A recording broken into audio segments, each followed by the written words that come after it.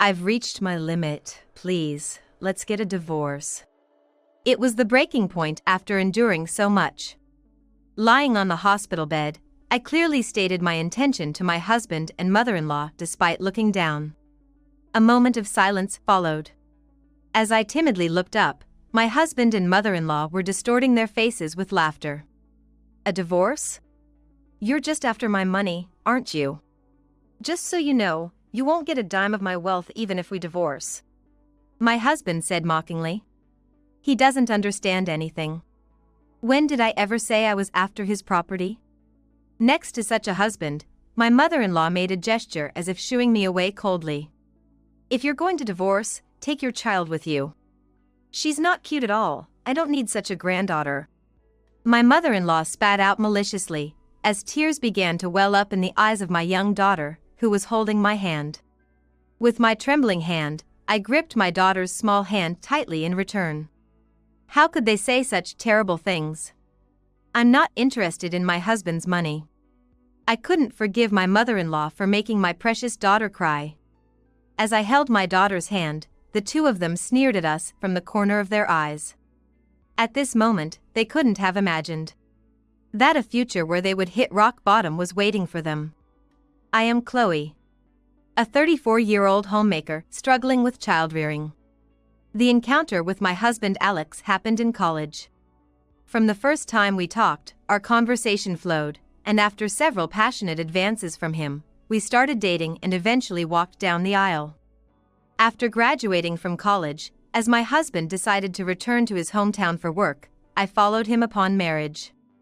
I didn't know anyone in my husband's hometown, but living close to the in-laws seemed convenient for various reasons according to my husband's wishes, and coincidentally, there was an available apartment near the in-laws' house, so we decided to live there.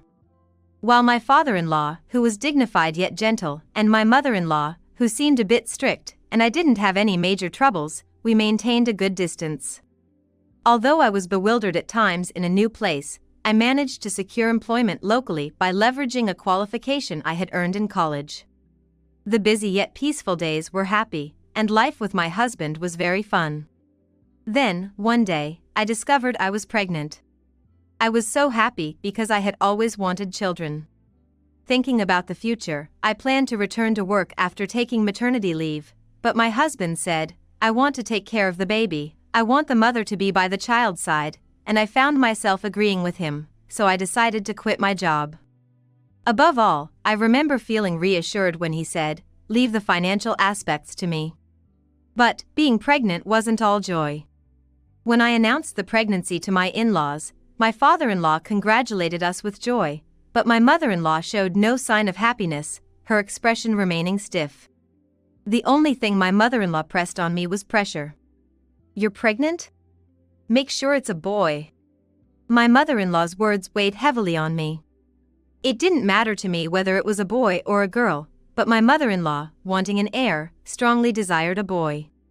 I smiled and brushed it off at the moment to avoid any unnecessary trouble, but inside, I thought that I wasn't having a child for my in-laws. Now that I'm going to be a mother, I thought I should be able to keep a calm face even under pressure. But that was only at the beginning. The harshness continued for a long time, and it became impossible to just smile and brush it off. Meals that used to taste good before pregnancy now made me nauseous just by looking at them. My cravings changed frequently, I couldn't eat properly, and I gradually started staying at home more. Doing anything was hard.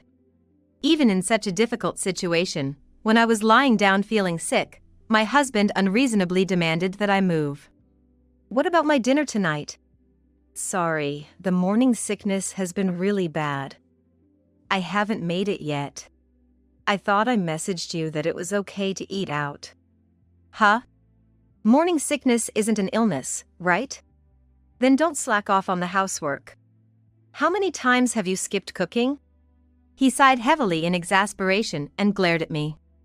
If I could, I would also like to do the housework. But with constant nausea, it was difficult to do any housework. My husband would not forgive me. All I could do was apologize while suppressing my nausea. It's not an illness, but I feel nauseous all the time. I'm sorry, I'll rest a bit more and then start cooking.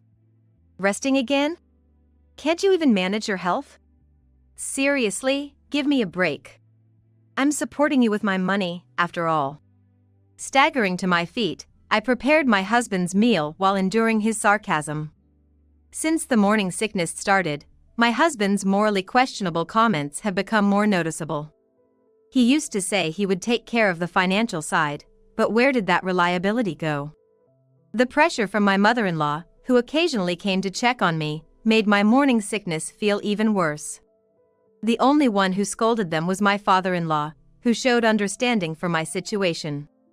Both of you, calm down. Chloe is nurturing a child in her belly. Let's try not to burden her as much as possible.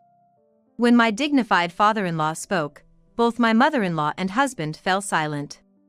I was very grateful for my father-in-law's presence. With his help, I managed to get through the tough period of morning sickness and reached the day of delivery. The baby born was a girl. Her name is Sarah. She was so small and cute, truly the apple of my eye. My husband was also happy about our daughter. As for my in-laws, while my father-in-law doted on her, my mother-in-law didn't pay her any attention at all. What are you planning on having a girl? Such a failure of a wife. My mother-in-law, who had wanted a boy, was indifferent towards my daughter and stabbed me with even sharper words than when I was pregnant. Even when my daughter tried to approach my mother-in-law to play, she would immediately go somewhere else as if saying don't come any closer. My husband didn't even try to admonish his mother.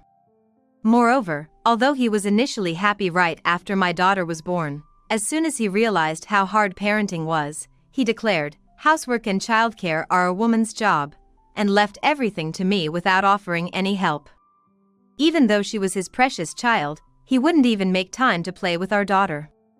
My young daughter could feel she was being treated coldly, saying, I don't really like Daddy and Grandma, and didn't warm up to my husband or mother-in-law.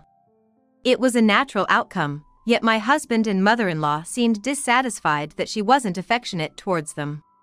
Parenting isn't easy. The only one who offered a helping hand and cared about my daughter was my father-in-law, the sole person.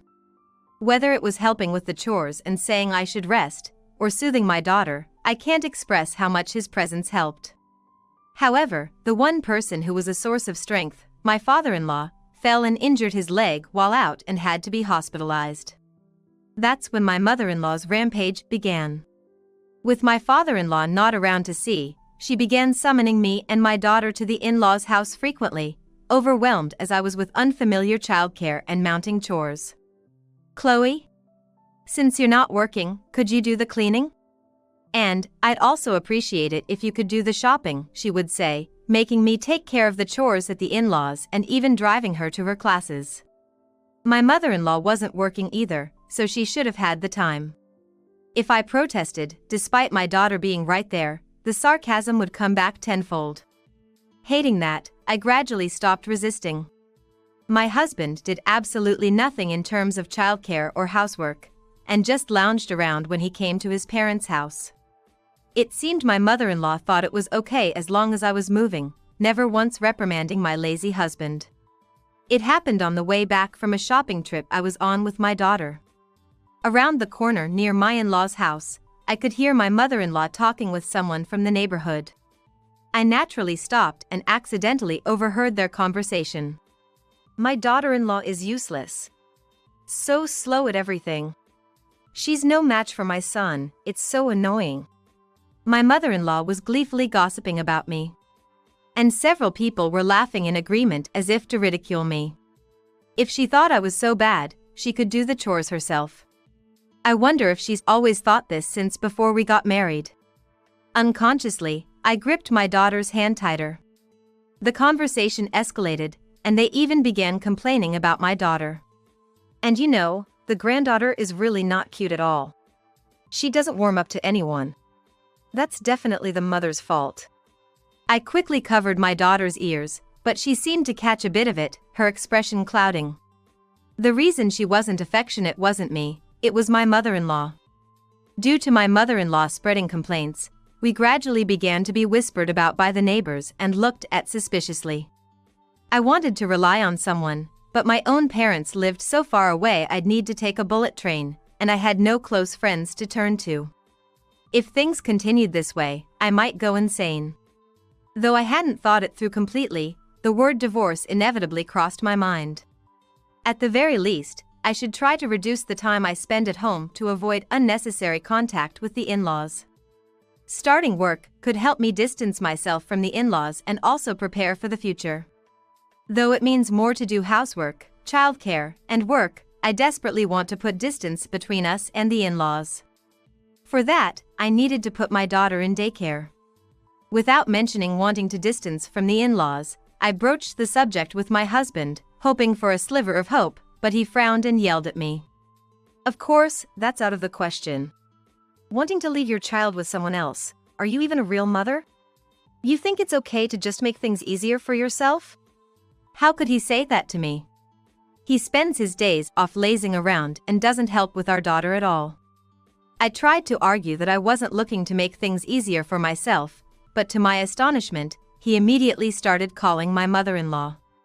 As if me going to work was the problem, my husband tattled, and upon hearing this, my mother-in-law came flying from the in-laws' house. Daycare? What are you thinking? It's only natural for a mother to stay home and take care of the house. You really are a failure as a wife. Realize that you married into this family. My mother-in-law pointed her finger at me, fury apparent. Essentially, they want me to be a convenient housekeeper. If I went to work, they'd lose their easily exploitable pawn. Being ganged up on by the two of them, I was given no chance to retort, and following more snide remarks from my mother-in-law the next day, the discussions about daycare and going to work eventually fell through. Even after my father-in-law was discharged from the hospital, the days of being summoned by my mother-in-law whenever my father-in-law was away continued. Faced with snide remarks and being tasked with errands without any defense from my husband, my heart grew increasingly clouded. Gradually, I found myself unable to eat, and sleepless nights became more frequent. There were moments when sudden stomach pains would strike, or tears would fall for no sad reason at all. Seeing me silently cry, my daughter looked at me with worry. This couldn't go on. I was burdening my young daughter with worry. With that thought, I started visiting a psychiatrist and a gastroenterologist. Both departments suggested that the likely cause was severe stress.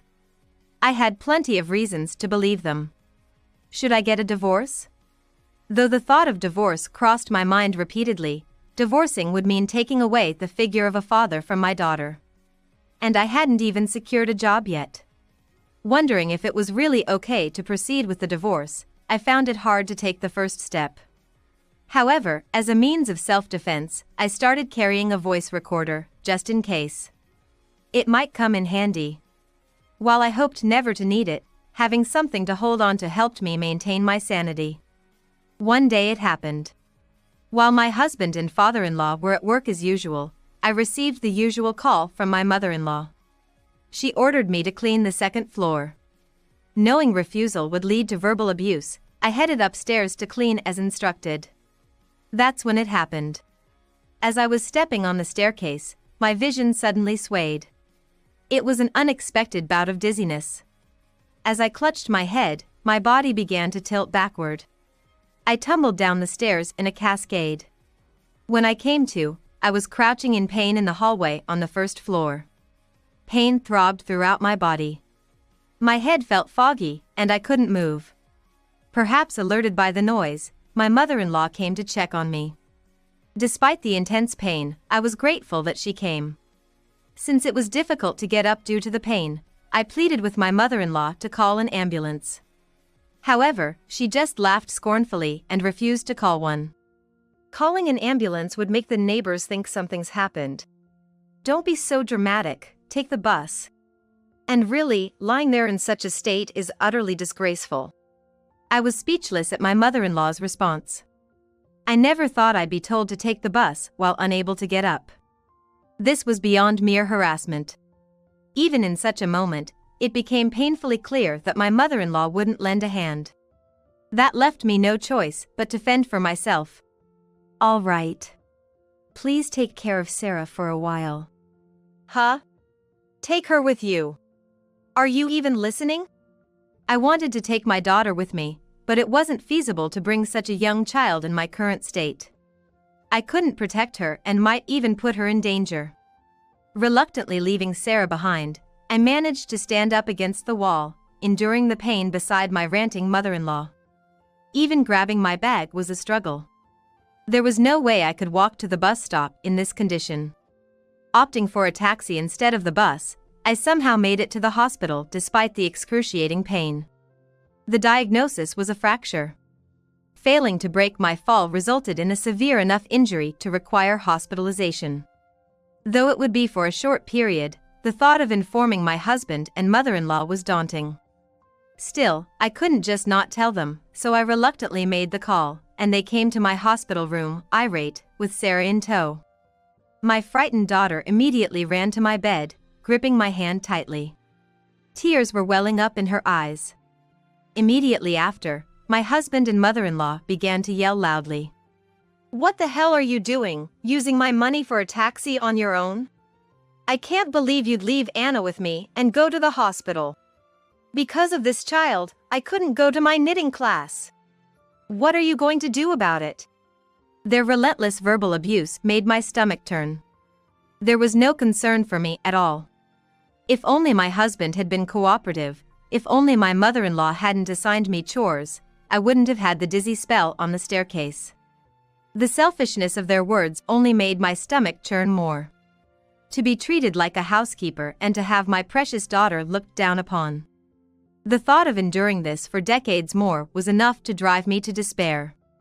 I couldn't take it anymore. "I've reached my limit. Please, let's get a divorce." Even though I was looking down, my voice was small yet clear when I expressed my desire for a divorce to my husband and mother-in-law. I had been hesitant for so long, but my situation had pushed me to the edge. A moment of silence followed. As I timidly looked up, my husband and mother-in-law were laughing. "A divorce? You're after my money, aren't you? Just so you know, you won't get a penny of my wealth even if we divorce. If you're going to divorce, then take Sarah with you. She's not cute at all, I don't need such a granddaughter." Thinking I couldn't possibly divorce without a job, they carelessly spewed their words and smirked as they left the hospital room. In the quiet hospital, I struggled to hold back tears. I was stroking my daughter's head. I had finally broached the topic of divorce. Though I had been concerned about separating Sarah from her father, the toxic environment was something I could no longer allow for my daughter. Unable to leave my daughter with my husband and mother-in-law who had just left, I called my parents with a sliver of hope. It had been a while since I heard my parents' voices. I briefly told them about possibly getting a divorce, my fracture, and the need for them to take care of Sarah until I was discharged. They traveled for hours to reach me. "Chloe! Are you okay?" My parents looked at me and my daughter with frantic concern. As I detailed what my husband and mother-in-law had done, my parents listened intently, their faces turning stern. It was comforting to have someone genuinely listen. They couldn't stand to hear their child was suffering. Even just having someone to listen would have been enough, but after saying, "Just wait here for us," they went to confront my in-laws despite my attempts to stop them. When my parents returned, they shared what had happened at the in-laws. My father-in-law, who had come back from work, was also there. After hearing everything from my parents, he immediately apologized, saying, "I'm sorry for any hurt caused to your precious daughter." He then scolded my husband and mother-in-law, saying, "How could you do such terrible things while I was away, and what do you think of your granddaughter?" My husband and mother-in-law showed no remorse, spouting convenient excuses like, "The slow daughter-in-law is to blame and we only gave her tasks because she seemed idle." If this is the state even after being scolded, then there's nothing more that can be done. Seeing no change in their attitude, my parents were thoroughly disillusioned and firmly supported my decision to divorce. After a brief hospital stay, I was discharged and went straight to the in-laws' house, divorce papers in hand. "I'm going to divorce. There's no need to humble myself before my husband and mother-in-law anymore." As I expressed my intention to divorce at the in-laws, my husband suddenly lost his temper and yelled at me. "Are you serious? You can't possibly get a divorce without a job. Besides, you got scolded by Dad because of you." Still holding a grudge about being scolded by his father, he ranted and blamed me. "It's your fault for getting scolded, isn't it? Anyway, I'm going to divorce you." I would have been disheartened before, but I remained firm. My husband, blaming me for his faults, seemed childish. After emphasizing my decision to divorce, my mother-in-law grabbed my arm and shook it violently. "Chloe, you must have seduced my husband with your wiles, you thief. That's ridiculous. Let go of me." When did I ever seduce anyone? I shook off my mother-in-law's grip. As my husband glared and my mother-in-law raised her hand as if to strike, my father-in-law shouted at them both to stop. "Enough, both of you. This is disgraceful." With a stern rebuke from my father-in-law, both my husband and mother-in-law shrank back. His voice, full of anger, was slightly frightening even to me. The room fell silent. My husband, sweating profusely, fell silent, while my mother-in-law began to tremble. Baring her teeth and clenching her jaw, tears gathered at the corners of her eyes.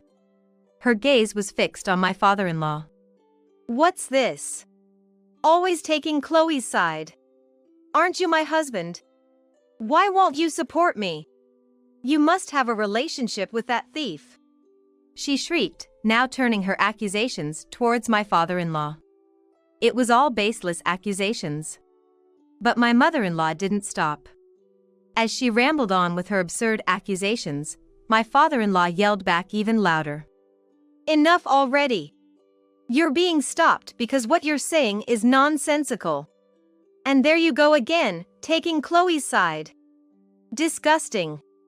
Traitor." Without listening, my mother-in-law, now completely hysterical, began to throw anything she could grab, like cushions and potholders. She did that indiscriminately, even dangerously. When it became clear this was getting out of hand, I tried to intervene, but then a plate my mother-in-law threw shattered with a loud crash. Sharp shards flew past, grazing my father-in-law's cheek and drawing blood. "Are you okay?" I hurriedly pulled out a handkerchief from my bag and pressed it against his cheek to stop the bleeding. Seeing her husband injured finally made my mother-in-law stop. After a moment of stunned silence, she snapped back to reality, glaring at me as if catching me in a fault. "It's not my fault. Look at her, putting on a show with her handkerchief.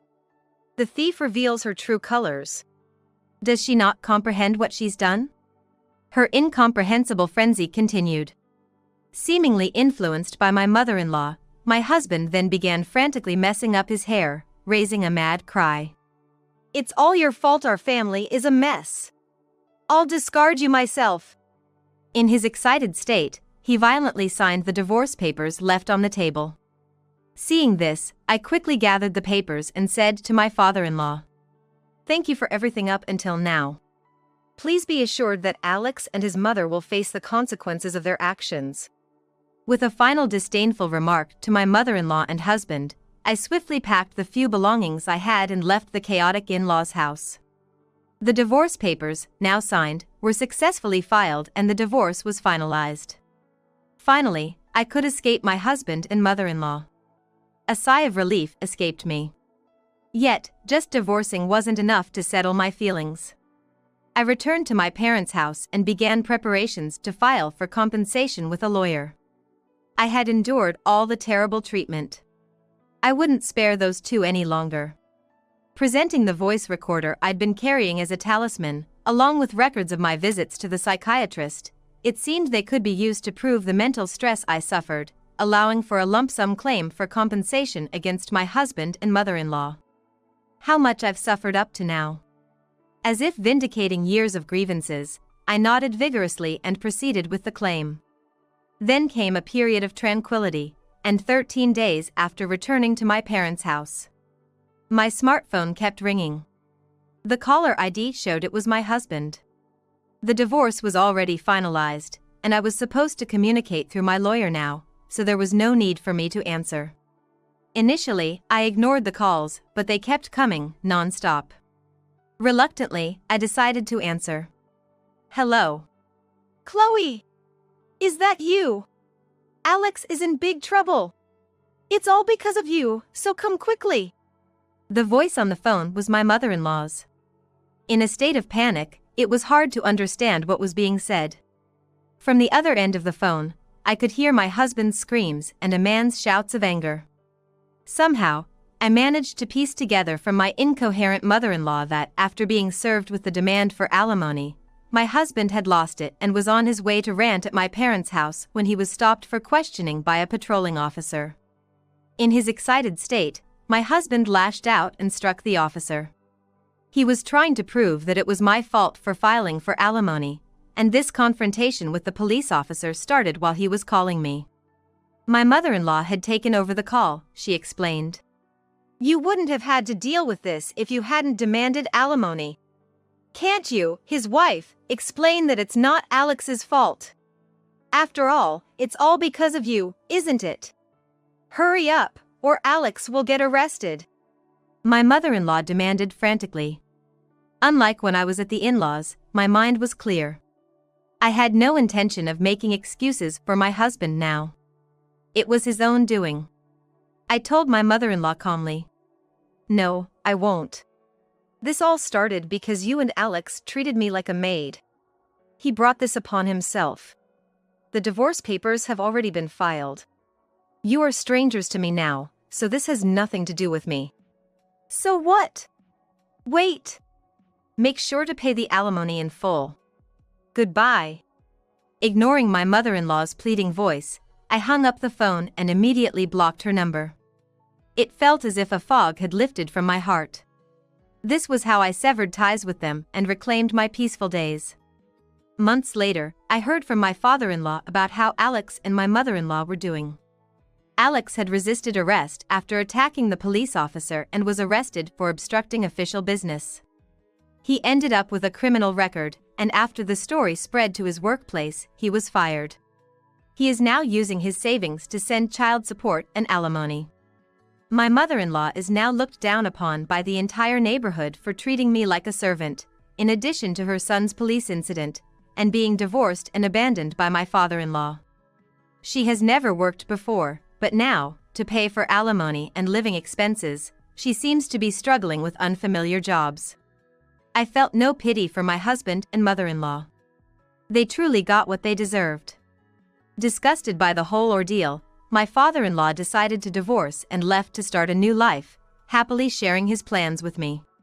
Leaving the house to my husband and mother-in-law, my father-in-law proved to be a compassionate person until the end. As for me, I've found employment using my qualifications and am working.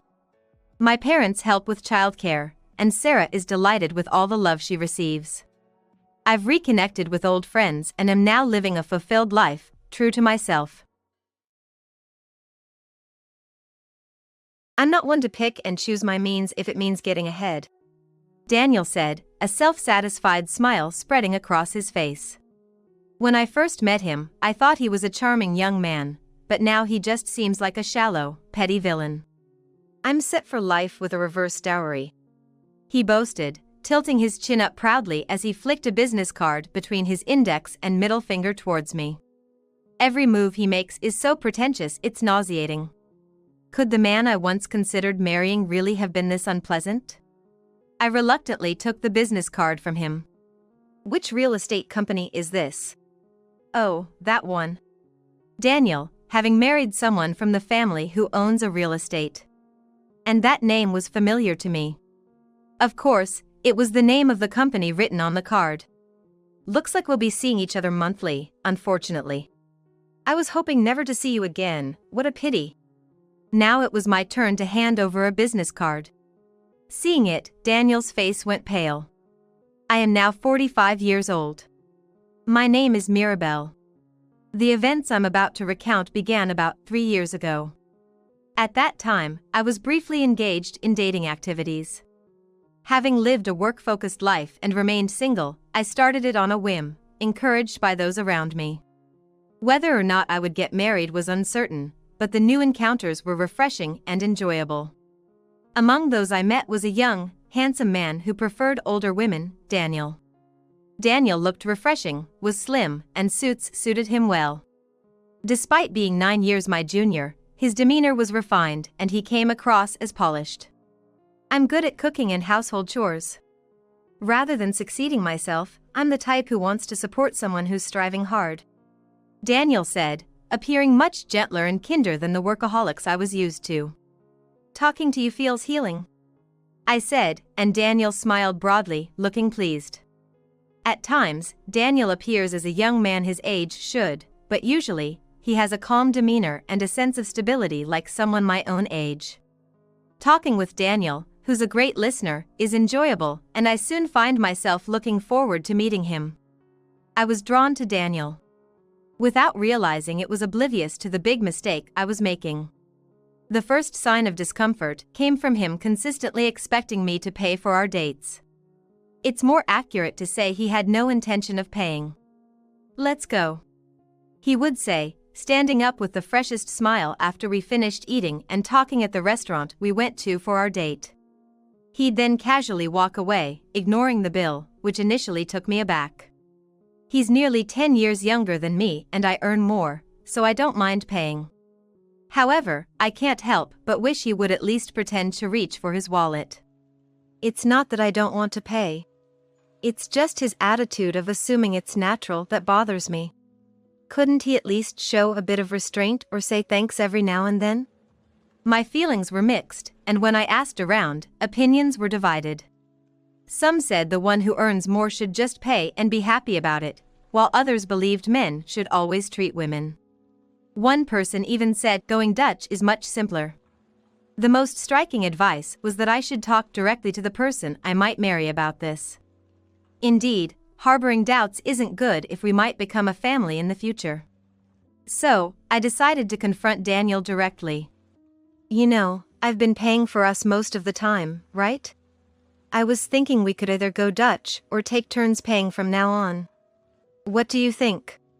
Daniel seemed taken aback at first. He cleared his throat and appeared to think for a few seconds. He seemed to carefully choose his words. Then, he sincerely apologized before explaining.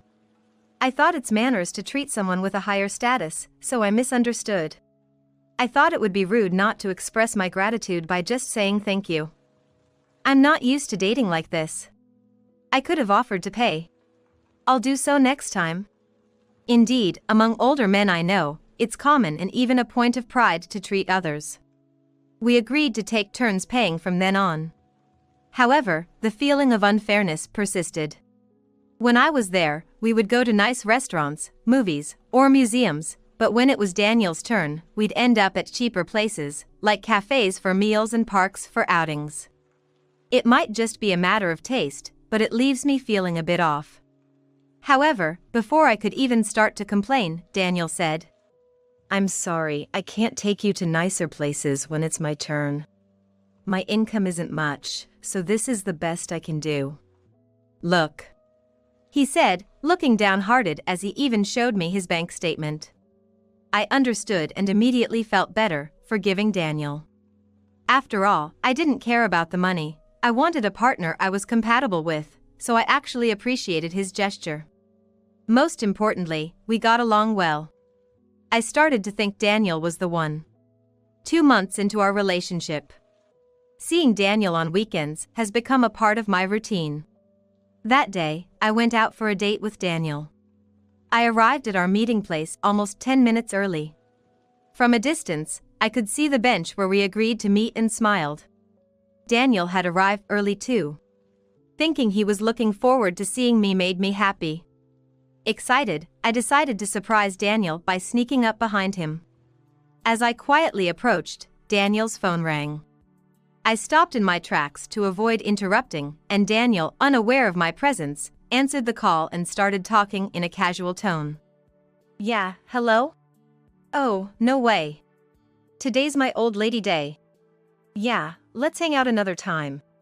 I couldn't help but eavesdrop. Daniel was turning down an invitation from a friend. He quickly ended the call. And yawned, looking sleepy. I couldn't shake off the phrase old lady day. I couldn't help but suspect he was referring to the day he met me. I quietly walked away, bought a coffee to calm down, and pondered whether to confront him about it. I arrived back at the meeting spot 5 minutes past our scheduled time. Apologizing for my tardiness, Daniel smiled kindly, as if he was a different person. "No, I just got here myself. You must be busy with work," he said, returning to his usual refreshing and charming self. After talking about work, he smiles sadly, looking like someone who can't wait to see me. It makes me think maybe what I heard earlier was just a misunderstanding. I start the date as usual with a vague smile on my face. Today, it's Daniel's turn to pay. Usually, we just have coffee, but today, Daniel suggests going to a restaurant that's a bit more upscale than usual. We arrive at the restaurant in Daniel's car and are led to a slightly secluded table. It seems he even made a reservation, which is rare for him. As I'm thinking this, Daniel suddenly becomes fidgety and straightens up. "Mirabelle, I've been looking forward to the weekends when we could meet for the past 2 months. I've started to wish I could see you every day. Would you marry me?" The proposal came at an unexpected time. My happiness pushed the earlier doubts to the back of my mind. "Thank you," I say, and just like that, we're engaged. Of course, this means we both leave the matchmaking service. Next week, we went ring shopping together. Just looking for now. I remember feeling quite excited. On the way home, we discussed our future together. "We need to set a date to meet each other's parents. It's going to be busy," I say as I stretch. Daniel agrees. I'm in the passenger seat, and Daniel is driving. I've grown quite accustomed to this arrangement. I was still naive, full of hope and some anxiety about the future, but I believed we could support each other through it all. "You're always so busy with work, Mirabelle. It's impressive and admirable how dedicated you are." I've always respected that. After we're married, I want to be a husband who can support you in that. If you're okay with it, I could even become a homemaker. Daniel talks about the future with a happy glow. His cheerful profile looks adorable. He even jokes about becoming a stay-at-home husband, making me chuckle. I plan to quit my job once we're married, but we'll be okay financially. Daniel turns to me with a surprised look. After that, he becomes unusually quiet. Normally, he'd be eager to spend more time together, but today, he's quick to head home. I'm puzzled by Daniel's different behavior but haven't yet realized what's happening. After that, Daniel changes dramatically. He's always too busy or not feeling well to meet. "Hey, we're going to get married, right? We need to schedule things and we haven't even met each other's parents yet. What's really going on? Did something happen?" I press him over the phone, but Daniel is evasive. Even when we do meet, he seems distracted. Just when I'm starting to worry, things take a sudden turn. Daniel breaks up with me out of the blue. "I can't see myself marrying you anymore."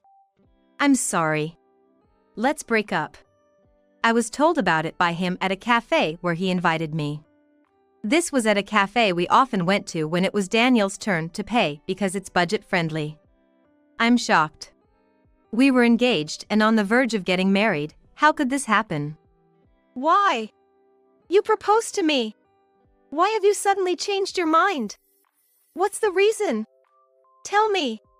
No matter how many times I ask, Daniel just keeps apologizing. His mind seems made up about not wanting to marry anymore. I couldn't hold back my tears any longer. Daniel leaves with a brief goodbye. I can't let go and grab his arm. "Wait. Why? Just give me a reason." But Daniel shakes me off as if I'm a nuisance. I was shocked.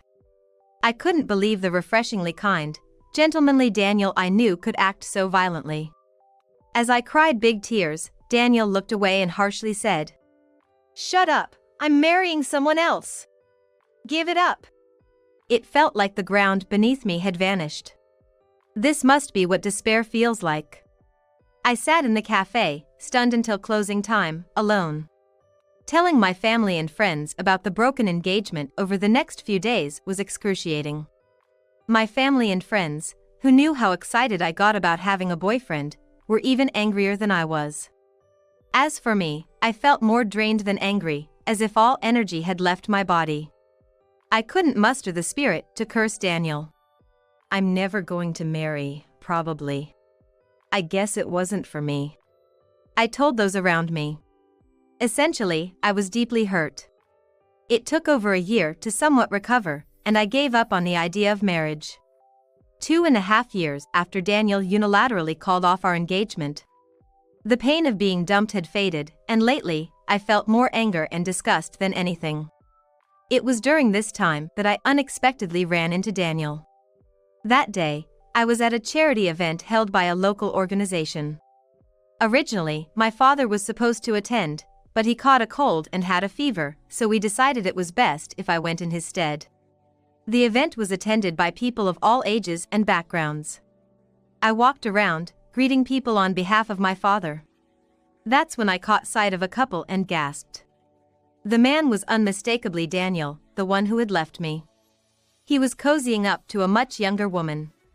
She was obviously much younger than Daniel, despite his claims of preferring older women. There he was, laughing and holding the waist of a young woman next to him, which ignited a strong sense of outrage in me. Our eyes met for a moment. Displeased, I moved away to talk to someone else, but Daniel deliberately came over alone. Hey, long time no see. What are you doing here? His face, once bearing a refreshing smile, now twisted into an incredibly annoying grin. I felt truly disgusted inside. Can you not talk to me? I'm busy. And wow, your tastes have really changed, haven't they? Weren't you into older women? Then, as if finding it amusing, Daniel laughed out loud. Not caring that I frowned and even came closer. As I tried to leave quickly, Daniel whispered in a low voice. I never liked older women. I just couldn't stand the idea of being with an older lady. It was all about the money with older women. I stopped in my tracks, remembering the phone call where Daniel mentioned Old Ladies' Day. It was clearly referring to our dates. I don't particularly want to be seen as younger, and being called an older woman is something I've accepted. But being demeaned with the term older lady made me furious. My teeth gritted with frustration. I'd do anything for a good life, which is why I married a real estate agent's daughter. Daniel walked away from me, a self-satisfied smirk on his face. The Daniel I met once seemed like a great person, but now, he just seems like a petty villain, a shallow young man. If he can change his impression this much, he should quit aiming for a marriage of convenience and become an actor instead. I'm set for life with a marriage of convenience, he boasted, raising his chin proudly as he flicked a business card between his index and middle finger towards me. Every gesture he made felt pretentious, almost making me sick. Could the person I once considered marrying really have been this unpleasant? I reluctantly took the business card from him. Which real estate company is this? Oh, that one. It seems Daniel has married into a daughter of a family who owns a real estate business. The name was familiar to me. The company name was Turner Real Estate. Without even checking his position, I pushed the business card back to him. Looks like we'll be seeing each other monthly, unfortunately. I was hoping never to see you again, what a pity. Saying so, I handed him my father's business card I was carrying. Daniel looked confused for a moment. King, wait, you mean there's a connection? He murmured it and turned pale. He finally seemed to realize it. Even if he was slow on the uptake, I explained in detail so he could understand. That's my father. He couldn't make it today, which is lucky for you since he'd probably prefer not to meet you. My family owns a lot of land. You could say we're quite the landlords. I think our assets are probably around $400 million.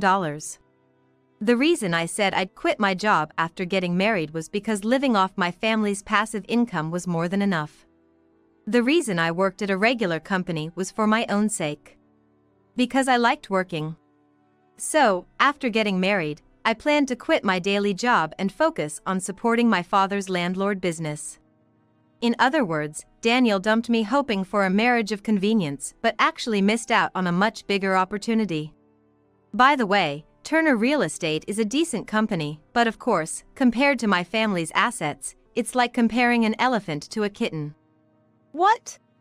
Seeing Daniel speechless, I finally burst into laughter. I had planned to talk about my parents and our family's assets when he came to greet them. Hence, Daniel knew about my job but had no idea my parents were that wealthy. Turner Real Estate manages some of our properties. Lately, I've been handling the land management and other dealings in place of my father. So, as much as I really don't want to, it looks like we'll have to meet monthly. Daniel was shocked, not just because my family was wealthy. My family doesn't just own land, we also build and utilize condominiums and buildings on it. One of them is Turner Real Estate. To us, it's just one of the familiar companies, and we could switch to another company if necessary. But for Turner Real Estate, my family is an irreplaceable major landlord. Certainly, losing all deals with us could jeopardize their business. Daniel's face turned ashen upon realizing all this. I waited for his words, suppressing the irritation bubbling up inside me. Instead of protesting with "I didn't know about this," Daniel surprised me by reacting positively. So that's how it is. Wow, I'm so happy we'll continue to meet. It must be fate between us. Unbelievably, Daniel's demeanor changed, and he started flattering me. It makes one question what kind of mentality he possesses. He must be beyond brazen and shameless. The thickness of his face must be at least 5 meters. Stop. How could there be any fate between us? It's unpleasant. I firmly rejected him, frowning. As I tried to walk away, Daniel stubbornly followed. Hang on. Isn't it fate that we meet like this? You used to like me, right? It's not too late to go back to how things were.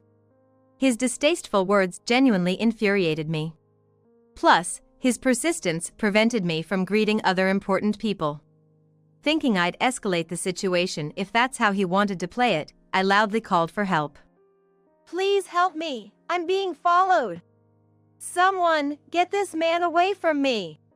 Ken, the CEO of Turner Real Estate and Daniel's father-in-law, rushed over in a panic.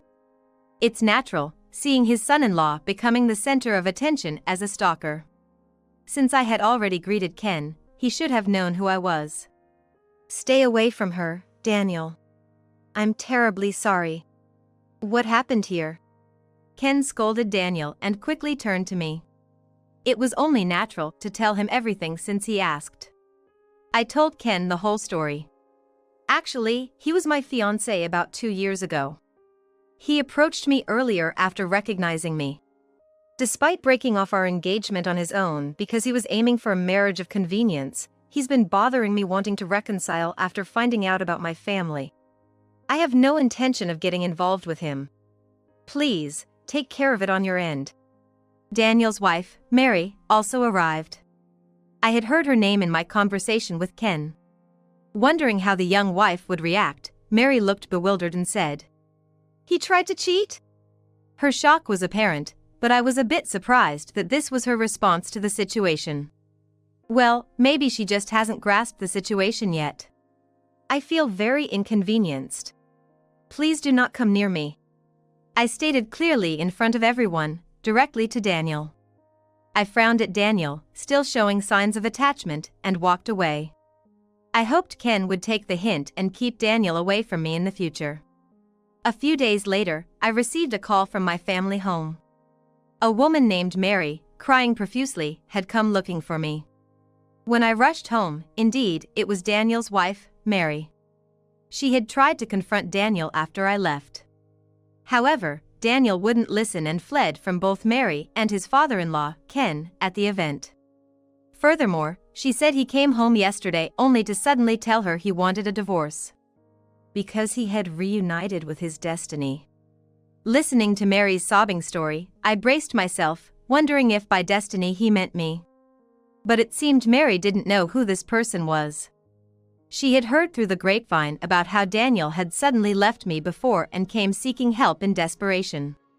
I didn't know anything about you being engaged to Daniel in the past. I'm so sorry.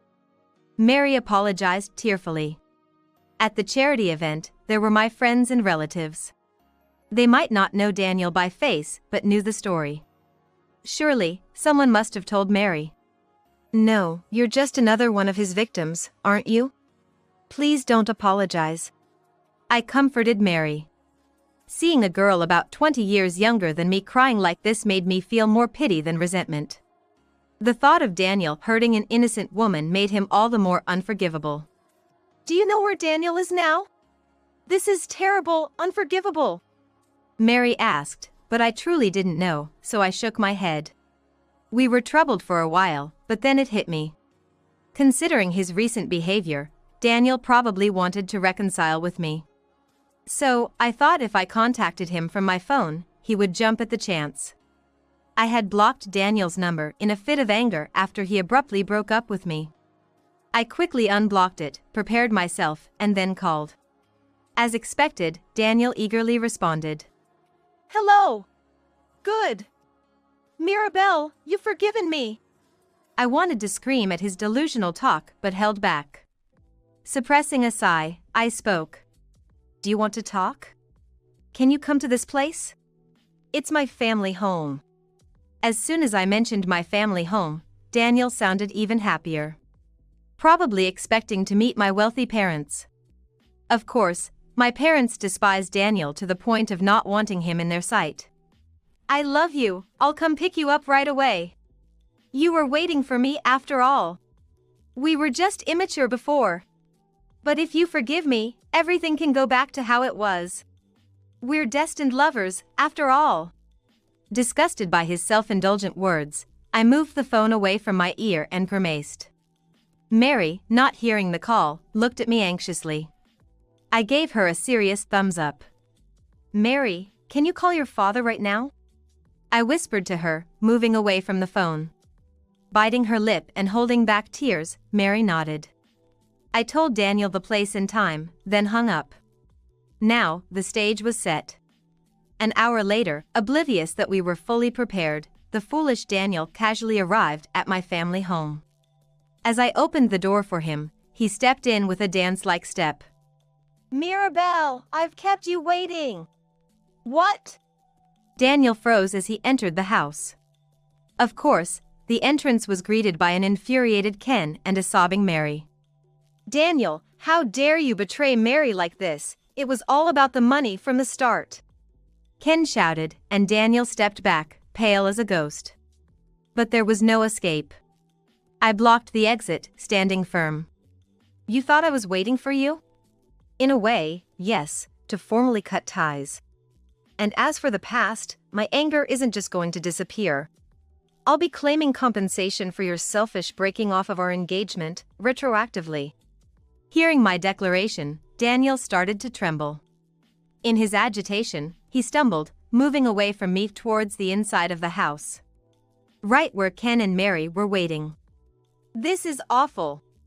So you never loved me. I can't forgive you, we're getting a divorce. And I'll be taking alimony. Mary cried out, throwing her handkerchief at Daniel. Ken hugged the crumbling Mary, glaring at Daniel with piercing eyes. Daniel collapsed on the spot, lost. One more chance, Mirabelle. He pleaded, still not giving up. If he thinks there's even a millimeter of a chance, he's delusional. With a voice as low as it could go, I declared boldly. There's no chance of us getting back together. I despise you. I never want to breathe the same air as you again. Daniel was sweating profusely. Any panic now is too little, too late. In a moment when Mary's crying ceased, Daniel let out a small voice. Should have just stayed with Turner. It was a quiet murmur, but in the sudden silence, everyone heard. Shocked at such a statement, my eyes widened, but Ken reacted first. What did you say? Enraged by the disrespectful remark, Ken yelled with such force, Daniel jumped up. He shoved past me to the outside, tumbling away as he fled. I just watched his back in astonishment, thinking if there could be anyone more pitiful. Shall we call the lawyer now? Ken's voice brought me back to reality. We immediately went back inside the house to retrieve the smartphone we had set up. It had recorded Daniel's disgraceful behavior perfectly. Of course, the phone call I made earlier was also recorded. Right after Daniel fled, we sprang into action. I will certainly claim compensation for the broken engagement. As for you, are you considering alimony and divorce? I asked, to which Ken and Mary nodded. We began consultations that very day, and once prepared, we legally cornered Daniel. First came my claim for compensation. Given the unilateral and awful nature of the breakup, it was, of course, granted. I had been so disgusted at the time of our separation that I hadn't had the energy to sue. Thankfully, it had been just under the statute of limitations, 2.5 years after the engagement was broken off. Reuniting at this time and his subsequent actions proved to be greatly beneficial. The Turner side was also fully prepared. Moreover, since Daniel had fled, leaving all his bank cards at his in-laws, his financial situation was practically in their hands. Preparations and the court process took months, but the outcome was a resounding victory for us. Daniel tried to escape, claiming he had no ability to pay, but in the end, all properties in his name were seized to the last penny. It seems Daniel was more inclined to spend than save, and even after liquidating his savings, the amount was insufficient to pay both Mary and me. Not wanting to pay any more, Daniel vanished. It's no surprise he disappeared from the local area. My family has been a prominent landowner for generations with significant influence in many places. After picking such a fight, it was natural he couldn't live around here anymore. But it wasn't just that, Daniel had truly vanished. Even contacting his family yielded no clue to his whereabouts. Perhaps fearing my family's glare, they claimed to have cut ties with him right from the start, offering no help whatsoever. Well, it's all over now, and since I don't want to see his face ever again, it feels quite relieving. About 2 years after our reunion, there was only one time when I thought of Daniel again. It was when I saw news about homeless people being evicted from their tents in a large park. On the edge of the TV screen, I briefly saw a man who looked a lot like Daniel. I did a double take, but he disappeared too quickly, so it might have been someone who just looked similar. However, if that really was Daniel, I thought it a fitting end for someone who sought luxury and played with people's hearts. Several years have passed since that incident. Surprisingly, I'm now married. Given that I had declared I wouldn't think of marriage again, my parents and friends were all shocked. My husband's name is, believe it or not, Ken Turner. He was Daniel's father-in-law, Ken, for a brief period. Ken and I had originally known each other through land utilization work, but we got to talk about non-work-related things a lot because of this incident. As a result, we became very close after thoroughly dealing with Daniel together. Mirabelle, I think living the rest of my life with you would be wonderful. Would you marry me? I remember how he looked away shyly. My husband was a single father who became single early on. He lost his wife in an accident over 10 years ago and had been single since. But our unexpected harmony led to marriage in no time. It's funny how things that seemed so unlikely for me ended up happening so quickly.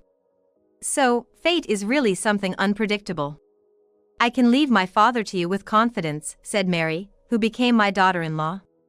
Mary and I, both hurt by the same person, Daniel, initially bonded over our shared wounds. However, as we became closer, the past became irrelevant, and now I see Mary, who's good at acting spoiled, more as a dear younger friend than a daughter. Being an only child, I had been worried about what to do with my assets as I got older. The reason I ventured into dating was based on such concerns. But now, there's Mary. She may be a bit airy, but she's such a good girl that I feel I can entrust everything to her with ease. I just hope she finds a reliable partner, something I do find myself thinking about these days. Mary is currently dreaming of her second marriage and is back in the dating scene. Alongside my wonderful husband, I pray that this time, Mary will meet someone truly special.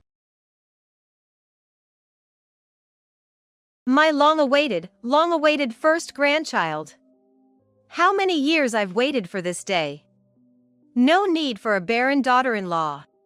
On the day it was decided we'd discuss at home my husband's affair with my best friend, surprisingly, my mother-in-law also showed up and shared something shocking. What? Mary, you're pregnant? I've known about you two and the baby for quite a while. Turns out, my best friend Mary was pregnant with my husband's child. That's why this penthouse is mine.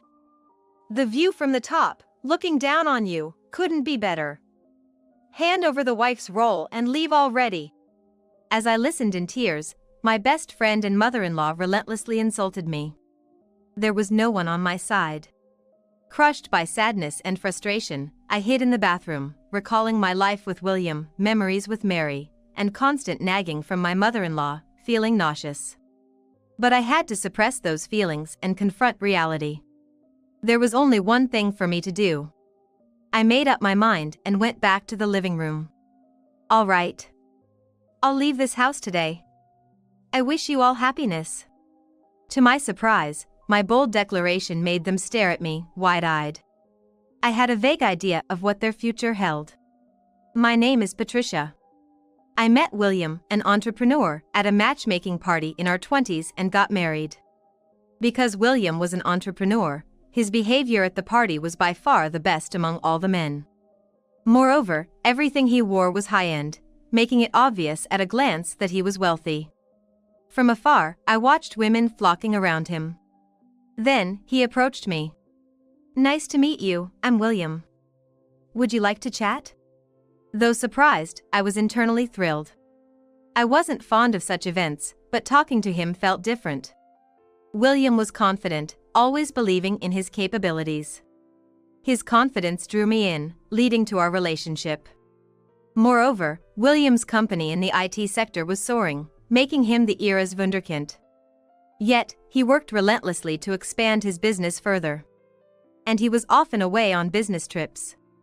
When he proposed, saying, "I want you by my side forever. Let's get married." I pledged to support him as his wife. Soon after we got married, we moved into an ultra-luxurious penthouse located in a prime area that everyone envied. And it was on the very top floor. Living in a penthouse had been one of William's dreams. He was overjoyed when we signed the lease, like a kid. Patricia, look at this night view. It seems like it's just for us, doesn't it? Living here is like a dream come true. Thanks for picking such a wonderful home, William. But that happy life didn't last long. Although William is an entrepreneur, I also run a company supporting women. It's nowhere near the scale of William's company. I may not have William's charisma, but I've worked hard to get my company where it is. However, William often looked down on me. Is your company even running properly? It's tiny, right? Compared to mine, which is skyrocketing without a break. Really, that's great. Mine's doing okay, I guess. Well, it's because you're a woman running it. It was very frustrating to be belittled for not being as successful, but as we were married, I tried to bear it. But William was also somewhat domineering. As soon as he got home, he'd say things in a strong tone like, "Is dinner not ready yet? Is the bath ready?" I could tolerate it at first, but lately, it's been getting worse. I'm tired from managing both work and household chores. In the beginning, he treasured me and treated me specially. I wonder when William had changed. I respect his side of being entrepreneur, but I'm only filled with complaints about husband's side of him.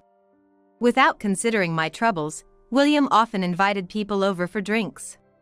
His friends are top-notch entrepreneurs known in the business world. Hosting them, I got to know various industry leaders. After all, as a business owner, he is probably concerned about his successor. William's friends often asked about children. When talking about kids with his friends, William would laugh it off, "I'm working hard on making kids." But there's an issue with Patricia's body, right? Right, Patricia, leaving me with a forced smile. Hearing such conversations in the kitchen made my heart ache. Our marriage wasn't bad, but we were never blessed with children. I started to wonder if it was my body's fault and began visiting an OB/GYN. And often, my mother-in-law, Sophia, would insinuatingly say, "Patricia, I really want to see my grandchild soon. When will that be?"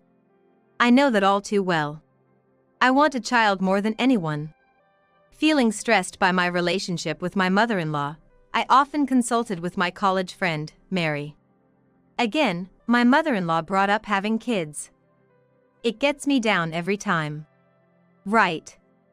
It's something you can't control, and you must be really stressed, Patricia. Mary would listen without complaint, no matter how much I vented. Although I talked to Mary about the stress from my mother-in-law and the anxiety over children, it seems to only grew more. 12 years into this marriage with these worries, I was shocked by something I saw. It was a photo Mary posted on her social media. The picture showed what seemed to be Mary's hand doing a peace sign alongside a man's hand.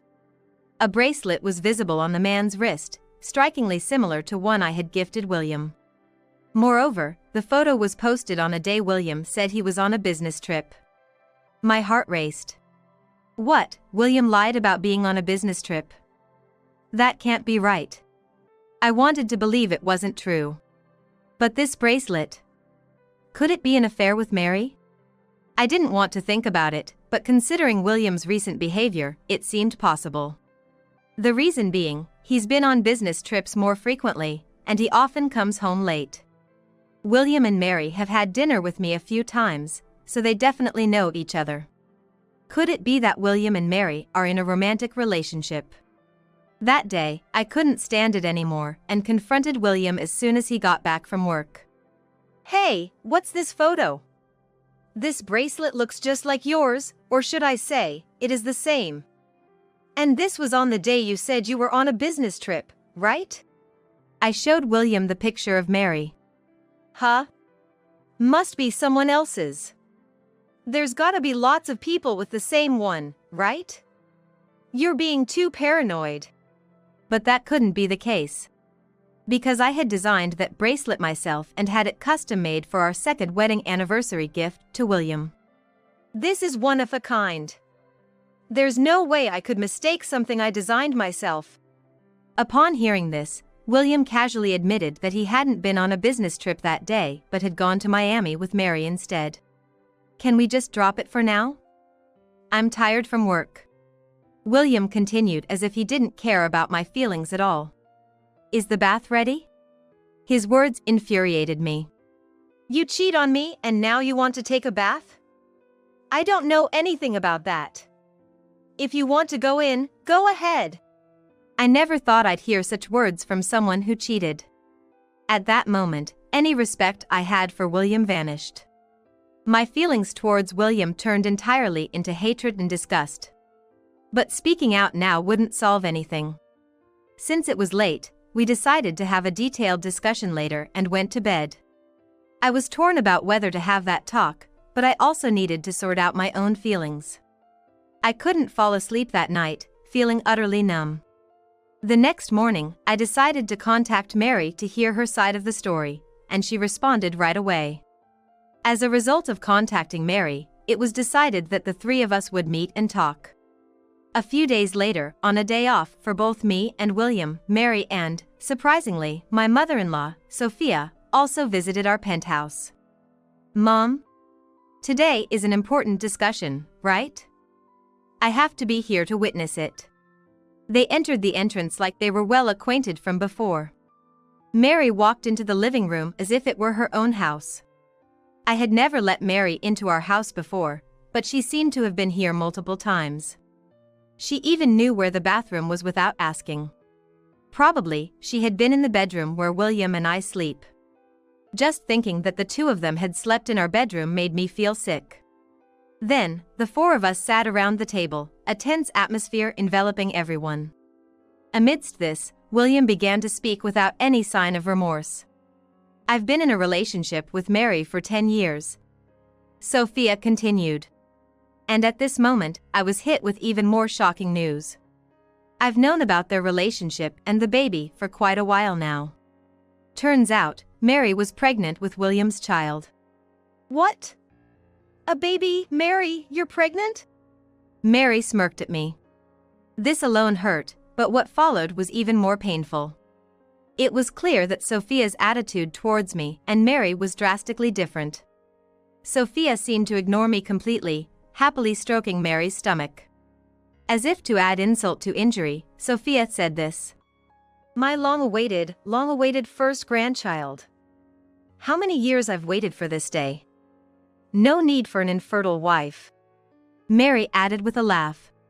Seriously, you're just baggage. This penthouse is mine. The view from the top floor, looking down on you, is just perfect. Hand over the wife's position and just leave. The two showered me with insults as I listened in tears. William looked on, as if to say, that's right.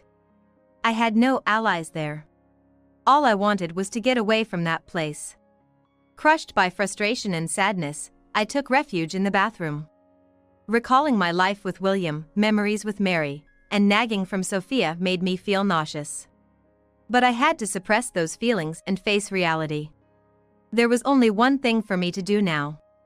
That was to leave this house as soon as possible. I made up my mind. Standing in front of the bathroom mirror, I wiped away my tears, looked at my face, took a deep breath, and sternly told myself, I'll be okay. With determination, I left the bathroom, stood tall, and returned to the living room. The three of them were smirking at me. I didn't want to do exactly as they wished. Thinking it's best to tell them off confidently since they wanted to see me cry and suffer, I said, All right. I'm leaving this house today. My assertive declaration surprised them, their eyes wide. Oh really? Sophia was so surprised she could hardly say anything else. After a moment of shock, William looked at me seriously and said, Then, I'll send the divorce papers to your parents' house. Make sure you sign them. Mary, perhaps because she now had William and the penthouse, was beaming. However, I didn't care about any of that anymore. I immediately started packing and left the house as I had said I would. As I left, I turned to the three of them with a smile and said, Wishing you all the best. As I smiled, the three of them were left speechless, their mouths agape in surprise as they saw me off. Actually, I had a vague idea of what was to come for the three of them. For the time being, I stayed in a hotel that day and decided to return to my parents' house the next day. But when I was alone at my parents' house, I cried more than I ever had before. 3 months passed. I was focusing on my business in a new place, starting fresh. Now, I'm too busy working to even think about those three. Getting a divorce and distancing myself from them seemed to lighten my spirits and bring me some peace. Today, as I was busy working as usual, I received a call. It was from Mary. I had nothing particular to talk to her about, so I ignored the call, but it rang again immediately after it was cut. Considering it a nuisance and a distraction from my work to keep ignoring the calls, I decided to just answer and quickly get over with whatever she wanted. Long time no see, what do you want? Then Mary started yelling so loudly I thought my eardrums might burst. Patricia! How dare you deceive me? What? What are you talking about?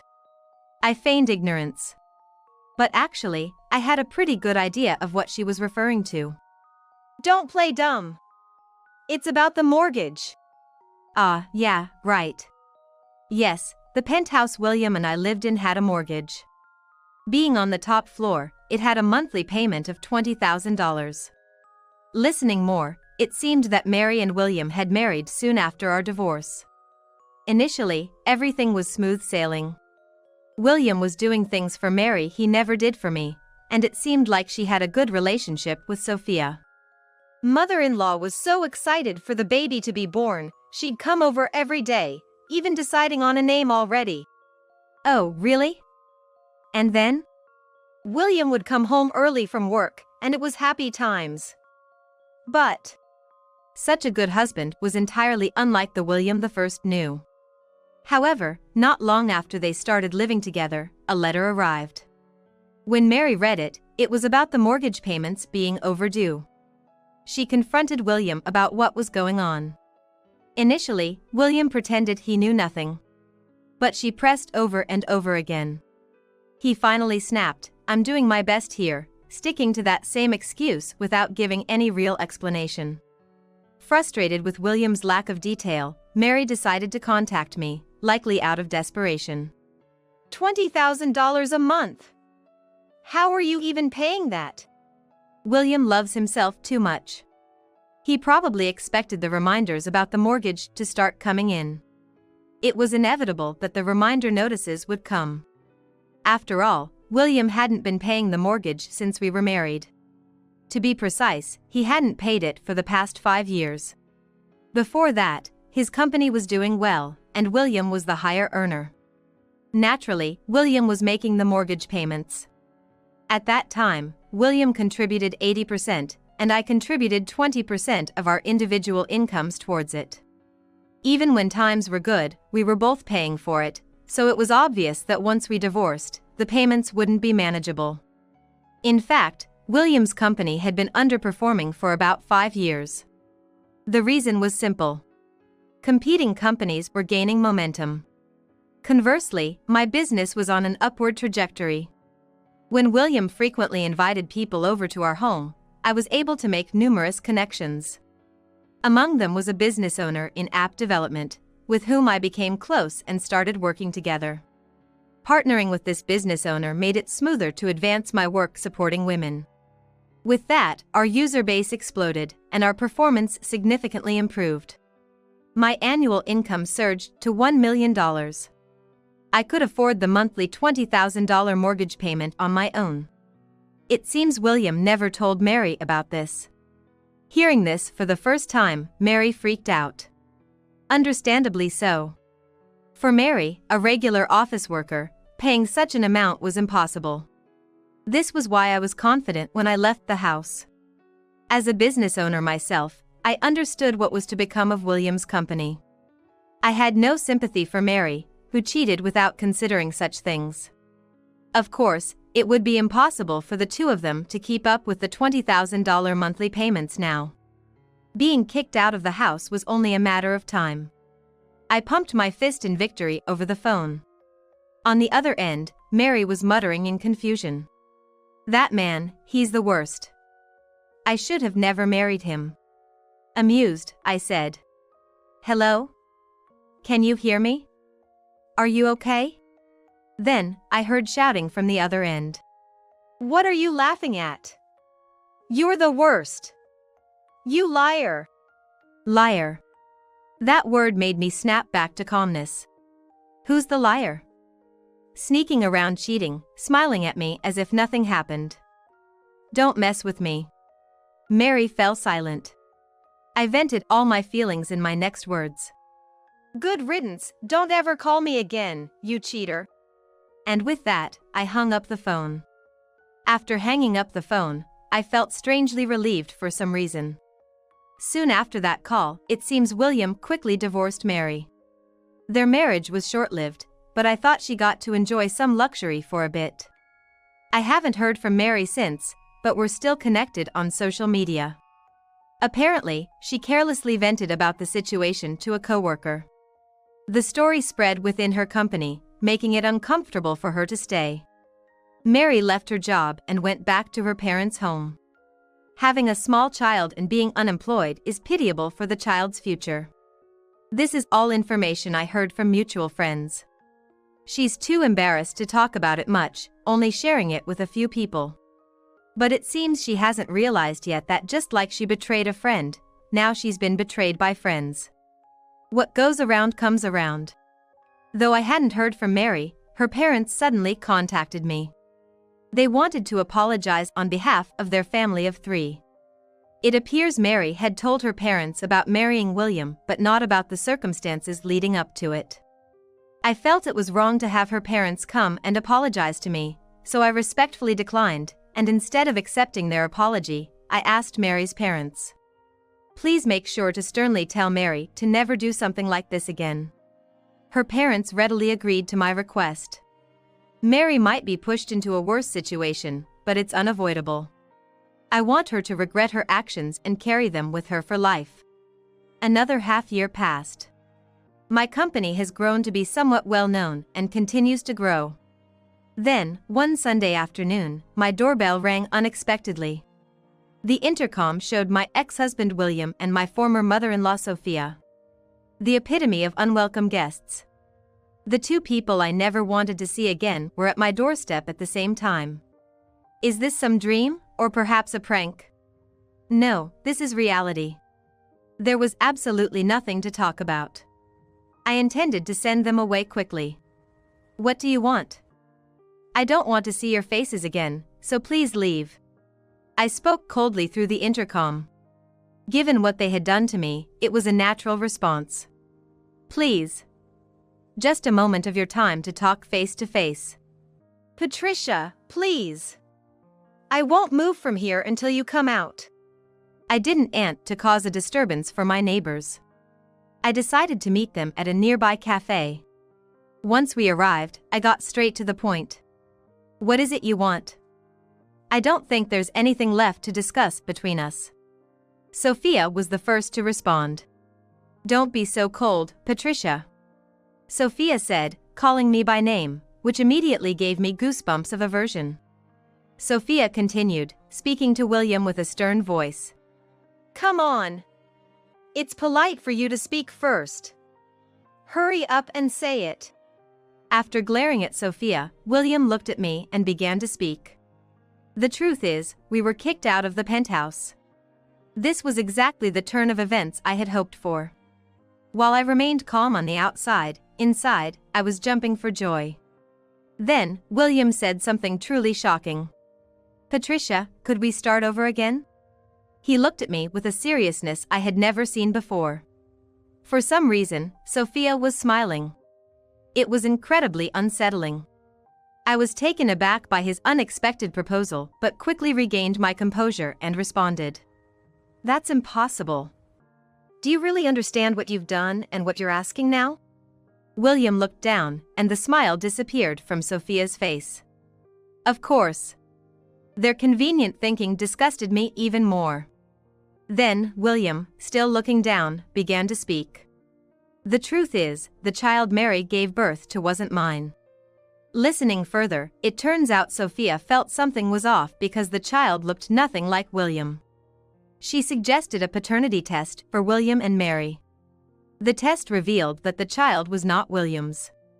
The child belonged to another man Mary had been having an affair with. In fact, while receiving financial support from William, Mary was in a common-law marriage with another man who was actually her main partner. William was just the affair partner. Hearing this, I thought Mary was truly beyond redemption. It seems the mortgage on the penthouse wasn't the only reason for their divorce. The reason they couldn't have children also came to light. It was an issue with William. I had suspected as much. It is when we were still married and worried about not being able to conceive. I went to a gynecologist and my tests showed no problems. The doctor mentioned that the issue might lie with my husband.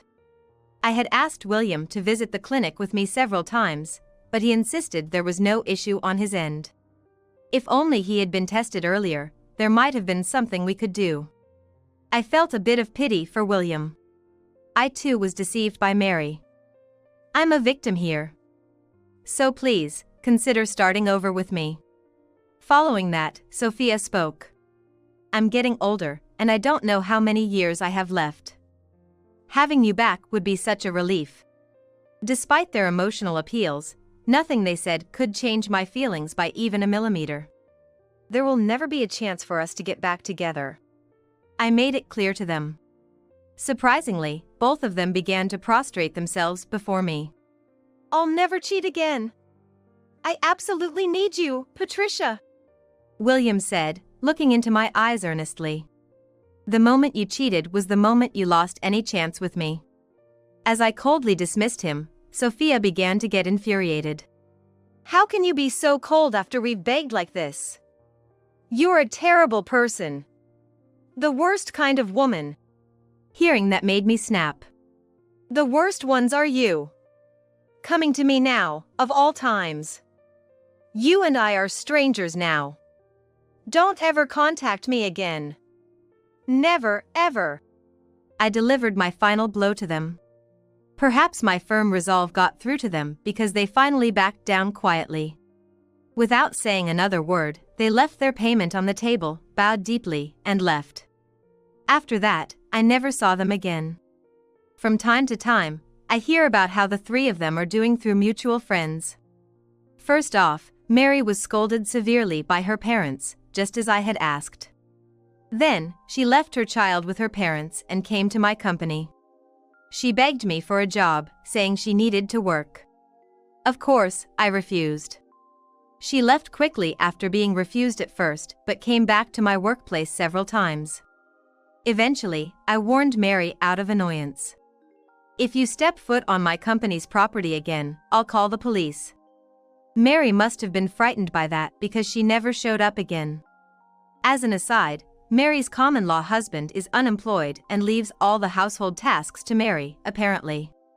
As for William, his once thriving company never recovered and went bankrupt without ceremony. Even after starting a new company, it didn't go well. He's struggling with a significant amount of debt borrowed from banks and is living a tough life. Now, he's working on a construction site.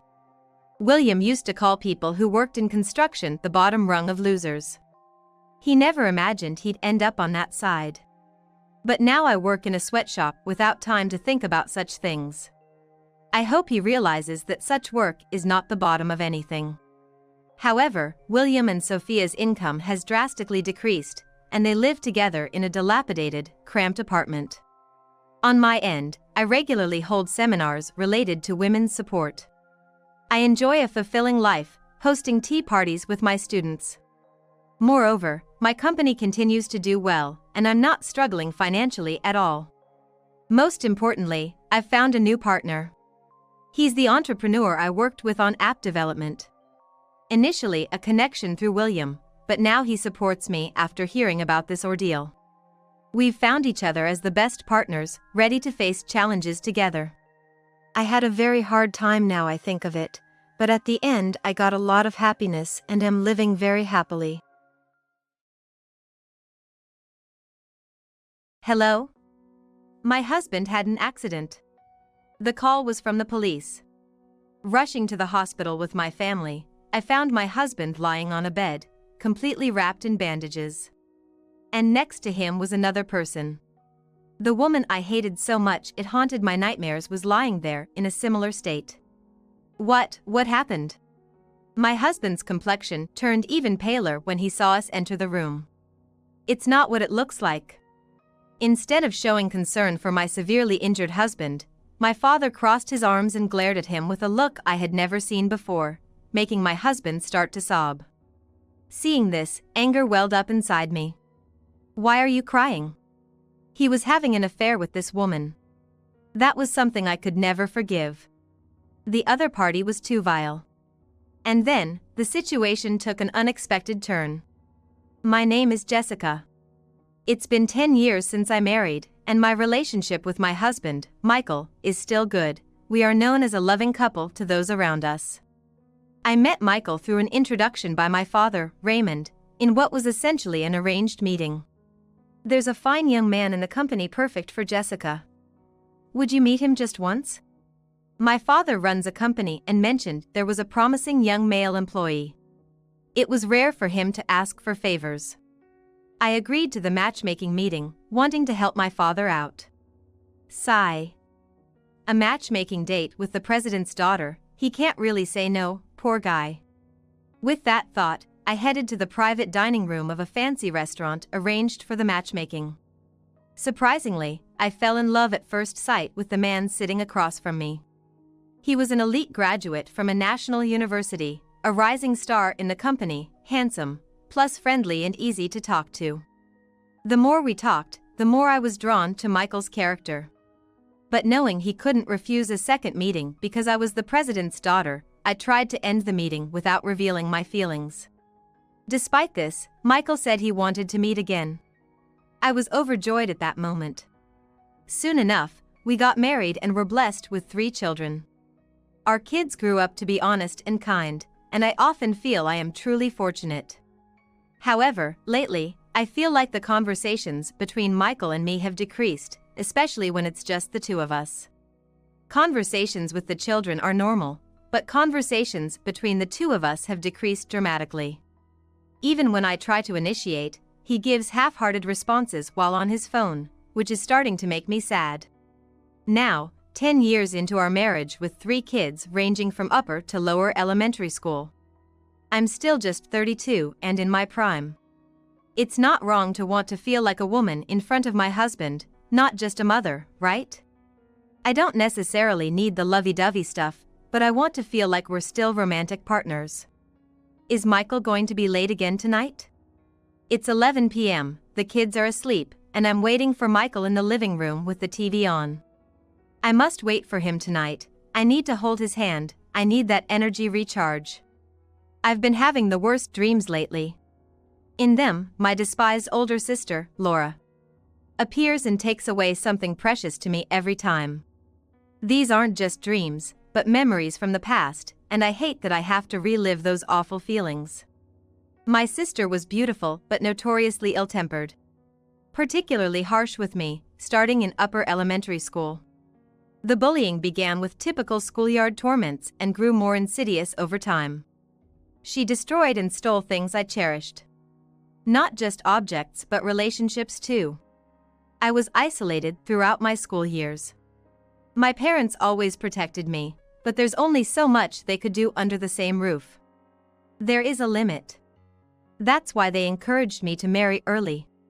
The harassment from her lessened after I married and moved out, but it's the worst that she's now even invading my dreams. My sister, who left home during her student days, married quickly and just as swiftly got divorced, is now living back at our parents' home. That's why I can't go back home. I need to pour my heart out to Michael, or else I can't calm down. Whenever I suffered from my sister's actions, I would talk to Michael, and his embrace would soothe my soul. You and Dad are really close. Lovey-dovey. So lovey-dovey. Lovey-dovey. Even when nothing special was happening, we would be cuddling, much to our children's amused bemusement. Now, our conversations have dwindled. This is an emergency for me. I feel lonely, so lonely, this isn't right. My murmur is drowned out by the volume of the TV. What is Michael thinking? Will it continue like this? I hate to think so. Just then, I hear the key turn in the front door lock. I jump up and rush to greet him. Welcome home. Which one first, dinner or shower? I take his work bag with a big smile, as usual. Dinner. Michael sighs, looking tired. Tough day, huh? I'll get it ready. I hurry to the kitchen to heat up the dinner I prepared earlier. After a while, Michael follows me into the kitchen. A scene that used to be common where he would stand at the entrance, chatting until the food was ready. Such is the norm, and today, for the first time in a long time, it feels that way. It's sudden, but I've got a business trip starting tomorrow, for 2 nights and 3 days. What? That's so sudden.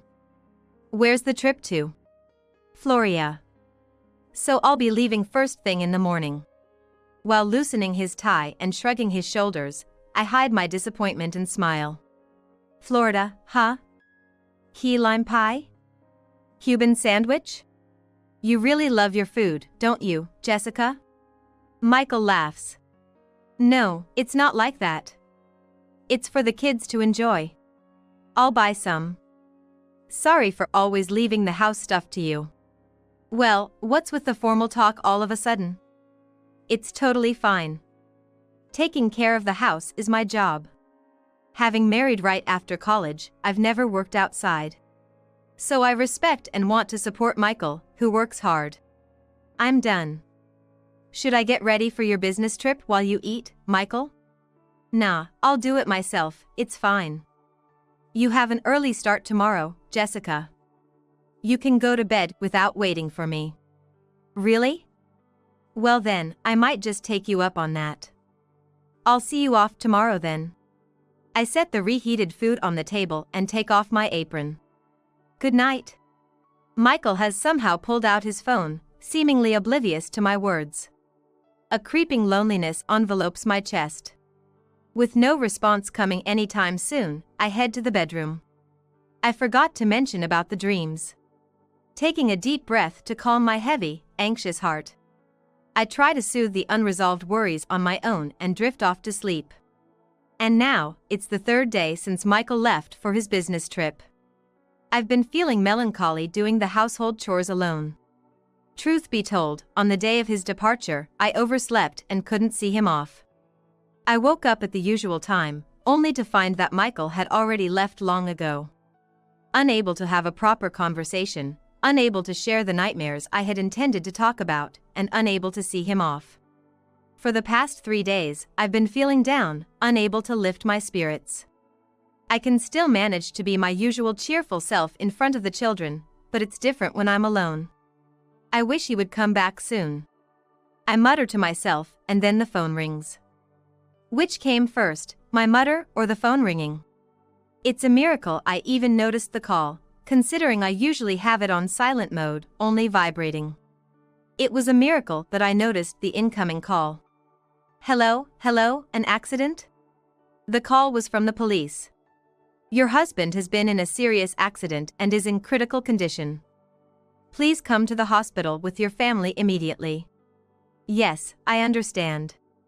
I know you must be in shock, but please try to stay calm. Yes.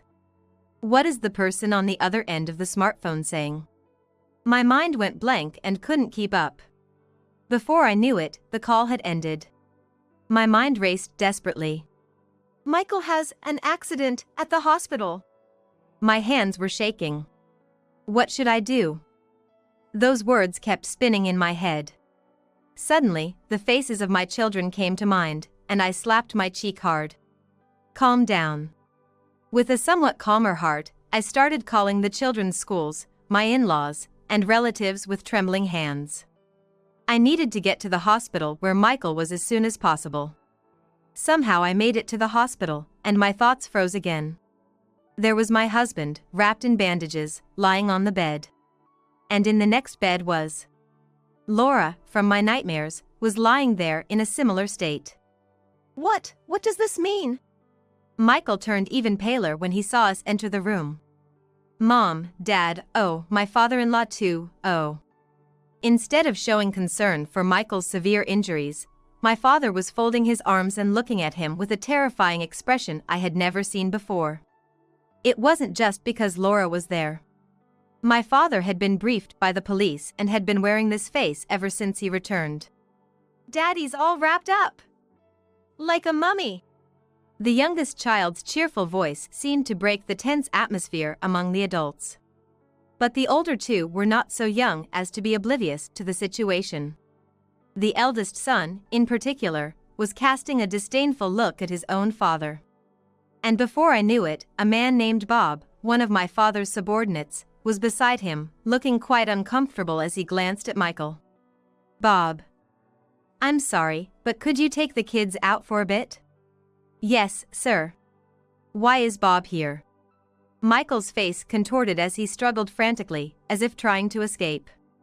However, the doctor said that while his life was not in danger, he would need more than 3 months to fully recover.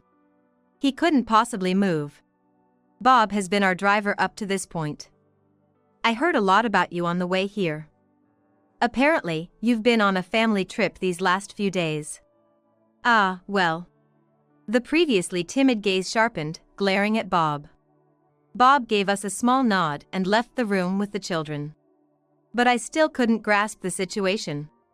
Sensing this, my father let out a deep sigh. Jessica, while you were listening to the doctor, I was getting information from the police. First off, did you know that Michael has been taking leave for the past few days, claiming it was for a family trip? Family trip? That can't be right. Exactly. It's strange to call it a family trip when you're not with him. For the past few years, not only had our conversations as a couple decreased, but we also hadn't gone out as a family. I thought it was because the children were growing up and we were doing more things separately on holidays. Then Michael started making excuses in a panicked manner. I was not on a family vacation, I was on a preview of a family vacation. I was not on a family vacation, I was on a preview of a family vacation. It is my important role to lead my family in a strange land, and previews are important. He stammered out these words. Michael's eyes were clearly darting around. But is a preview really necessary for a trip? I felt a chill settling in my heart. By the way, Michael, why are you here? What about your business trip to Florida? Business trip? What do you mean? I don't recall ordering such a thing. A cold voice and gaze pierced Michael. I heard my father's shouting voice for the first time in a long while. The hospital room was large, but aside from Michael and my sister, there were no other patients, and it was like we had the room to ourselves. Eek. This man lied to Jessica about going on a business trip, and it seems he was enjoying a vacation with Laura. I could tell my father was struggling to contain his anger as he spoke. With big sis, what do you mean? I had a feeling the conversation was heading in a direction that wouldn't be good for me. Were the nightmares I've been having a form of premonition? Is that what this was about? According to the police, they had a head-on collision with a semi-truck while traveling in a rental car. It turns out they stayed in the same room in the day before the accident, discovered through inquiries with the staff there to verify their identities. Michael and Laura stayed in the same room. Anger began to well up inside me. I didn't care about the accident or his severe injuries anymore. How could you lie about going on a business trip? Oh, no. It's not. Then explain. Michael looked surprised by the anger in my voice. Did you think it would be okay to cheat because I love you? Or what? Did you marry me just because I'm the president's daughter? No. I truly love you, Jessica. How can you say such things in this situation? It's absurd. I felt like I was going to cry from anger. Glancing at my sister, her injuries seemed less severe than Michael's. She was also covered in bandages, but her complexion looked somewhat better. However, the expression on her face seemed to mock me. Why, of all people, did your affair have to be with my sister? You knew what I've been through because of her. A gleeful laugh came from next to the guilty-looking Michael. How funny. It's pretty obvious, isn't it? I'm more beautiful than you, and I have a better figure. Any normal man would choose me over you, especially as you've gone downhill since getting married. That's not true. Jessica has always been beautiful. Don't be stupid. It's too late to say things like that now. The fact that you chose me can't be erased. I chose you, but it was just a moment of folly. The only one I truly love from the bottom of my heart is Jessica. The I love you that would have made me happy yesterday, or even a few hours ago, now felt hollow and cold. The supposed loving husband looking at me with pleading eyes only stirred feelings of disgust. Stop the charade. Jessica, I received this from the police. My father quietly placed a smartphone in front of me. That familiar smartphone was Michael's. I took it and turned the screen towards Michael. Give it back. Michael's expression grew even more frantic. Ignoring his attempts to move his immobilized body, I unlocked the phone with facial recognition and opened the messaging app. Then, how pathetic, talking about loving me with all your heart. The messaging app was filled with a list of girls' names. And without exception, the exchanges on each were as dark as the color black. Heart stamps, photos that seemed to be post-intimate moments, discussions about their next date. Out of curiosity, I sent a message to the top girl asking what she was doing. Instantly, it was read, and a reply came back. Michael, I can't wait to see you again. Let's love each other lots on our next date. Polite to the end, the message was littered with heart stamps. I felt nauseous. Are all these girls from your dad's company? No, that's not it. Be clear. My father's shouting made him flinch. Not all of them. Some are from, well, dating apps. I was so appalled I couldn't find words. From behind us came the soft sobbing of my mother-in-law. You idiot! To cheat despite being treated so well. A heavy, despairing voice from my father-in-law quietly spilled out. What was all that bragging about what you liked about Jessica for? Shocked by her son's betrayal, my mother-in-law muttered sadly. It's not like that. I really do love Jessica. It was just a lapse in judgment, it's different. I've heard you say that over and over, but nothing is different. You betrayed the person you supposedly really love. You're a traitor. Eek. I don't understand how someone who has a wife could get involved with another person. To cheat and still say you love your wife? Surely no one here can understand that. Stupid son. The word traitor sank heavily into my heart. Oh no, this is such a turn-off. It was just a game, and now I'm tired. I'm over it and don't need you anymore, so I'm giving you back to her. Laura's words brought a slight color back to Michael's face. That's right. I won't see them ever again. I'll cut off all the girls. So what? My voice came out colder than I expected. Are you thinking of making amends? That's impossible. I've told you all about my past traumas, the pain I've endured. And yet, with my own sister. Dirty, dirty, dirty. Just thinking of being touched by the hands that touched my sister makes me sick. Huh? Really, what a rude sister. Can you not talk about people like they're trash? You are trash. Your character is so twisted and filthy, nothing but trash. Garbage woman. Huh? Apologize. Laura. My father cut off my sister's words. I kept you at home out of a sense of responsibility for how you turned out, but I've reached my limit. After today, I am cutting ties with you. Why? Don't joke with me. I'm the injured one here. You can't just do that. Laura's expression turned to panic for the first time. But my father was looking at her quietly, intently. Maybe this is punishment from God. Have you thought about how much you've made Jessica suffer? What bothers you so much about her? Your sisters, after all. My father's voice, previously filled with anger, was now soaked with sorrow, conveying his troubled relationship with Laura, yet showing that he genuinely cared for her. It's your fault. You always praised Jessica. I was the inferior one, after all. So it seems. We tried to raise you both equally.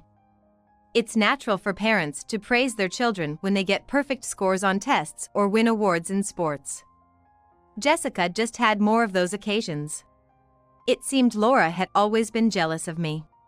Misinterpreting that she received less love from our parents, she let this misunderstanding grow to this extent. But Laura, we also celebrated when you were scouted as a model or when you started high school, didn't we? Have you forgotten? I remember.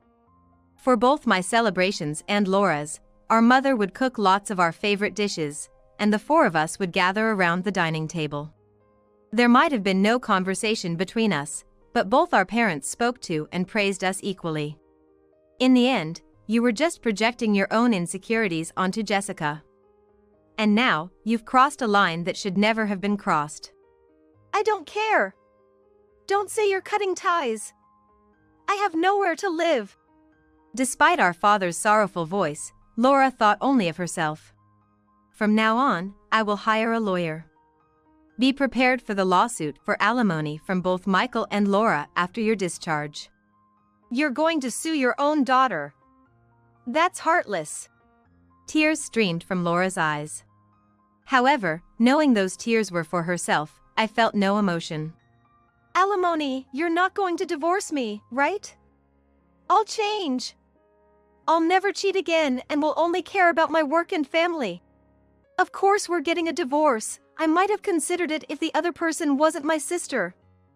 If there had been only one person, there might have been room for leniency, but... Tears I had been holding back ran down my cheeks. Just seeing your face now makes me sick. I can't forgive you. That's... Tears also flowed from Michael's eyes. Seeing this, anger surged within me. Why are you the one crying? But that anger wasn't voiced, only sobs escaped my lips. The lawyer will handle the alimony and child support. And don't forget, as the president, I have to impose a disciplinary action on you. I'll contact you later about the decision. I don't want a divorce. I don't want it. You don't have a say in this. Please, don't repay kindness with ingratitude anymore. Sobs escaped Michael's mouth at my mother-in-law's words.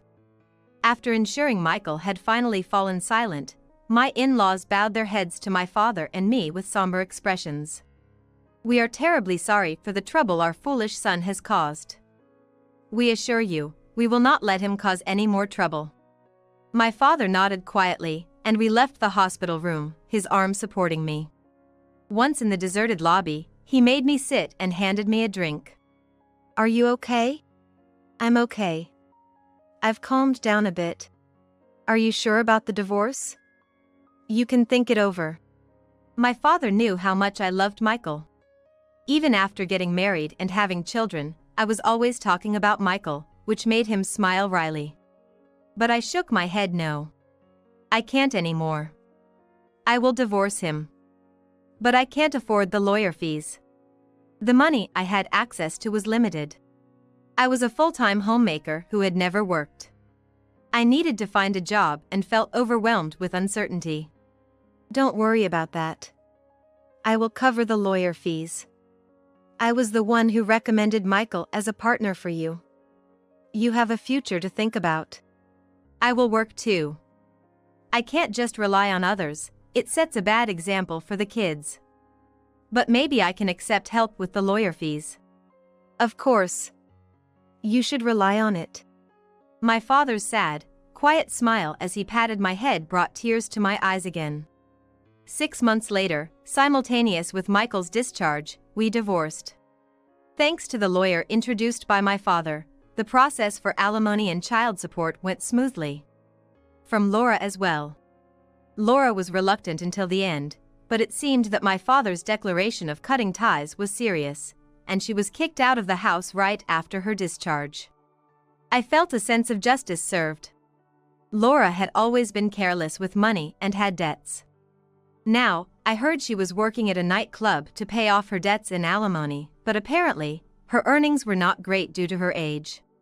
She was living in fear of debt collectors because she couldn't pay off her debts.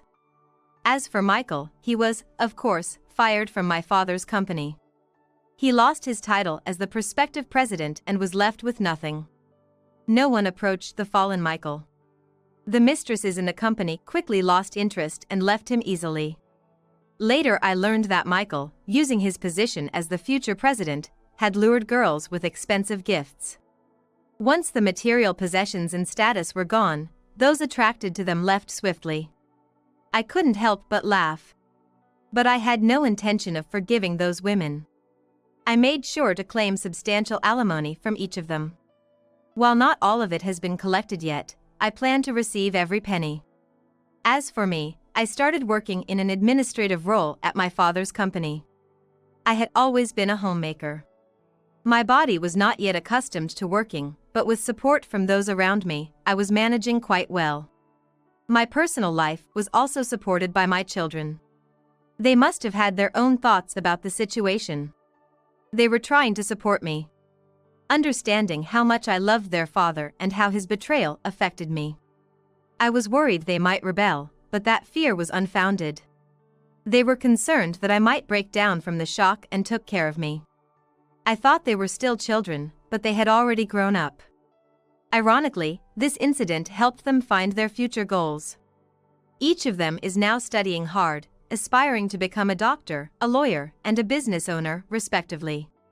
With these three, it seems I don't have to worry about what the future holds.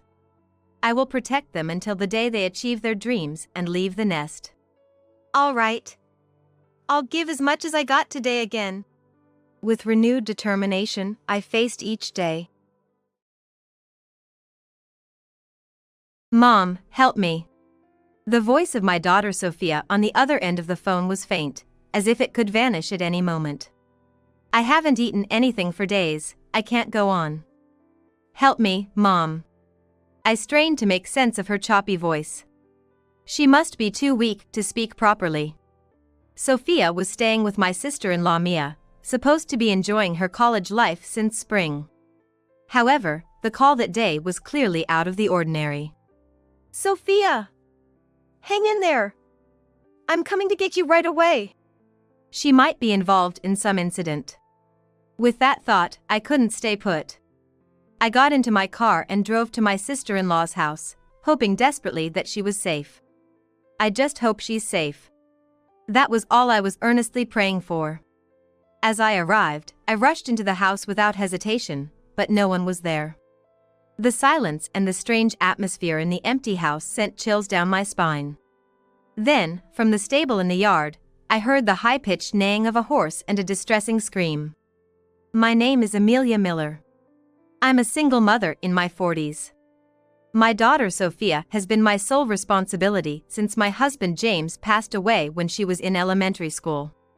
To manage our household finances, I currently work as a contract employee. Sophia, who was once a young child, is now a senior in high school. Mom, listen. Today, Mr. Brown, the math teacher, you know. As usual, I listened to her complain about something Mr. Brown did in math class. Most of the class couldn't solve a tricky problem on a quiz, just trivial stuff. Sophia, being good at math, was frustrated she couldn't solve this tricky question. That teacher is so unfair. Always. But you solved the other problems, right? That's good enough. Yeah, but... She pouts as she eats dinner. Sending her to a tutoring center near our church, per her request, seems worthwhile as her grades are good, not just in math. This makes getting into her desired university not just a dream, as even her high school teacher has given her approval. But the reality is that Sophia's education will cost money. I wanted to avoid her giving up on further education just because she comes from a single-parent family. I also wish to make my late husband proud by showing him how well our daughter has turned out. I need to earn a solid income. After dinner, I start my side job. I work as a contract employee at a call center during the day and dedicate myself to translation work at night. Living a double life is incredibly challenging. I work late, wake up early to prepare lunches for the both of us, and then rush off to work. One day, amidst this routine, I received a call from my sister-in-law, Mia Brown. Amelia, how are you doing? Her high-pitched voice came through the smartphone, speaking in a carefree laugh. She had called during my break time. To be honest, I wasn't fond of her. She seemed to take pleasure in seeing Sophia and me struggle with our lives, a trait I found quite distasteful. That day, she rambled on about trivial matters as if mocking my hardships. I have to get back to work now, so I'll be excusing myself. I quickly hung up and returned to the break room. Nevertheless, Mia and I had some interactions. Once, her husband James had bought a new car, and we went for a drive. James is a very quiet man. Even during the drive, he barely spoke, only nodding or uttering yeah in response to Mia's stories. During stops at shops or lunch, they hardly exchanged words. James seemed to turn a blind eye to Mia's harsh comments. He was a passive observer, not intervening even when Mia tried to one-up me during the drive. The in-laws often reprimanded Mia for her attitude and behavior, but she never seemed to listen. There weren't many relatives we could rely on in the area, aside from them. My parents had passed away, and the in-laws lived out of state.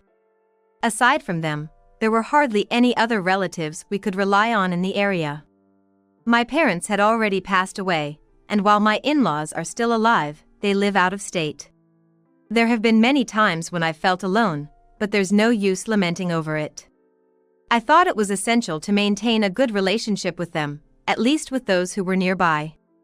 I've been gritting my teeth and getting through it all this time. I kept telling myself that somehow, I would manage going forward. About half a year after a call from my sister-in-law, Mia, Sophia was about to start her college entrance exams. Both of us were tense at home, unable to shake off a prickly atmosphere. Even during meals, Sophia kept her flashcards close, moving her eyes, mouth, and hands as she ate. Sophia, put the flashcards away at least during mealtime. Just a minute, after I memorize this. Chewing vigorously, she stared at the flashcard with a determined expression. The tiny card was filled with densely packed small letters. Sophia was also gritting her teeth, trying to get through her exams. I decided to support her with all my heart. Meanwhile, I occasionally received mysterious calls from Mia, which I brushed off lightly, listening with half an ear. I lightly brushed it off, listening with only half an ear. On the day the acceptance results were announced, we accessed the website of Sophia's desired university and searched for her name. I'm scared, Mom. We won't know unless we look. Let's see. Next to a trembling Sophia, I stared intently at the screen, searching for her name as if looking for a winning lottery ticket. There it is! When I spoke up, she lunged towards the screen. We did it! We did it! Overcome with joy, we hugged and jumped around. Sophia's dream school was a well-known university. Later, Sophia's success was displayed on her school corridors. Her teacher was moved to tears with pride. However, the university was a bit far from where we lived.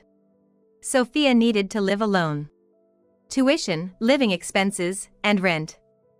It's going to be tough, so I'll need to send money. I stared down at the household budget, punching numbers into the calculator frantically. Even after one of my side jobs wrapped up, I couldn't fully relax thinking about the future. Around that time, Mia called again. Right around that time, I received another call from Mia. Hey, guess what? There's a neighborhood cleanup coming up, and the president, well. Hearing her languid voice made me sigh inwardly. She had no children, no pets, and apparently too much time, leading to frequent calls. That day was filled with long-winded gossip and complaints, but suddenly, I mentioned, "Oh, by the way, Sophia got into her desired university. She's starting college this spring." Wow! Sophia, that's amazing! Congratulations! Her response lacked genuine enthusiasm, so I replied nonchalantly, "Thanks. It's going to be hard commuting from there, right?"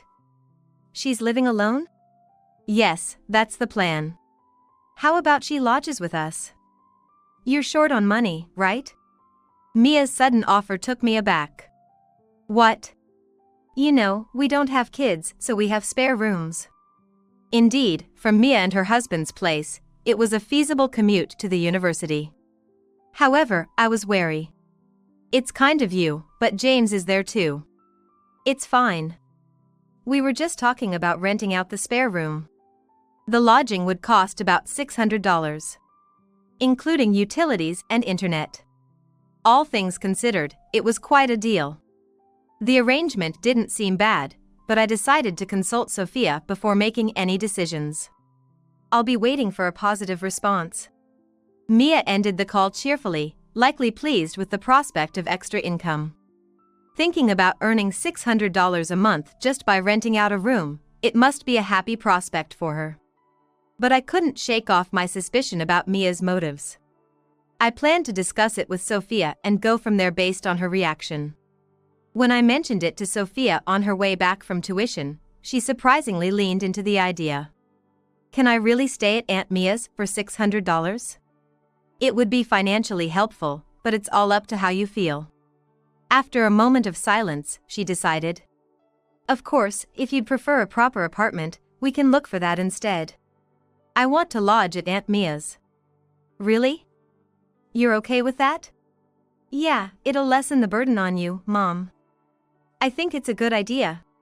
She smiled reassuringly, likely wanting to ease my concerns. Though I had reservations, I agreed. Later, I informed Mia that Sophia would be staying with them. Afterward, I contacted Mia to let her know that Sophia would be boarding with her. However, since we couldn't impose on her hospitality for all 4 years, we agreed that Sophia would only stay for the first year. During this year, Sophia planned to save money from part-time work, and I intended to increase my work hours. This way, we could prepare for Sophia to start living independently from her second year of university. Mia surprisingly agreed to this condition easily. Okay. Just let me know when you've decided on a moving day," she said, ending the call with her usual carefree laughter. On my part, relief and anxiety were mixed, though anxiety weighed heavier. Somehow I couldn't shake a bad feeling. Sophia, on the other hand, began packing with excitement, now that her accommodation was settled. Watching her, I tried to reassure myself that I was just worrying too much. The moving day arrived, and we loaded Sophia's belongings into my car. A large suitcase, several boxes, her bedding, pillow, and even her favorite stuffed animal were all packed in. Driving for about an hour, we arrived at the Browns' residence. That's when I saw something utterly unexpected. What? A horse. Their property had a rather spacious backyard, and there stood a horse seemingly out of place. Behind the horse was a small shed, just big enough for one horse. The sight was so unusual it made me do a double take. The brown horse glanced at us briefly before turning away, disinterested. After parking the car in the garage and starting to unload, Sophia couldn't help but gaze at the horse, seemingly fascinated. Sophia seemed interested in the horse. Then Mia approached us, casually dressed as if she'd just woken up. "You're here early." "It's still noon." "It's already noon." Mia was dressed in sweats with sandals on, as if she had just woken up. "Good afternoon, thank you for having me," Sophia greeted with a smile, her hair falling softly to her shoulders. "Nice to meet you too. Let's show you your room." "And the horse over there?" "Oh, that one." According to Mia, it went something like this. The horse was a retired racehorse that her acquaintance had bought. However, it hadn't warmed up to its new owner and was difficult to handle. Hearing this, Mia, wanting to try riding, had taken the horse in. "But it won't let me ride it, and it hasn't warmed up to me either. It's quite the handful. Each horse has its own personality, and this one seemed particularly stubborn, quickly turning away from us. That's why I was hoping Sophia could take care of it." "Really? Wait, what?" I was shocked. I hadn't heard anything about this. It wasn't part of the boarding agreement, I countered, but Mia just laughed.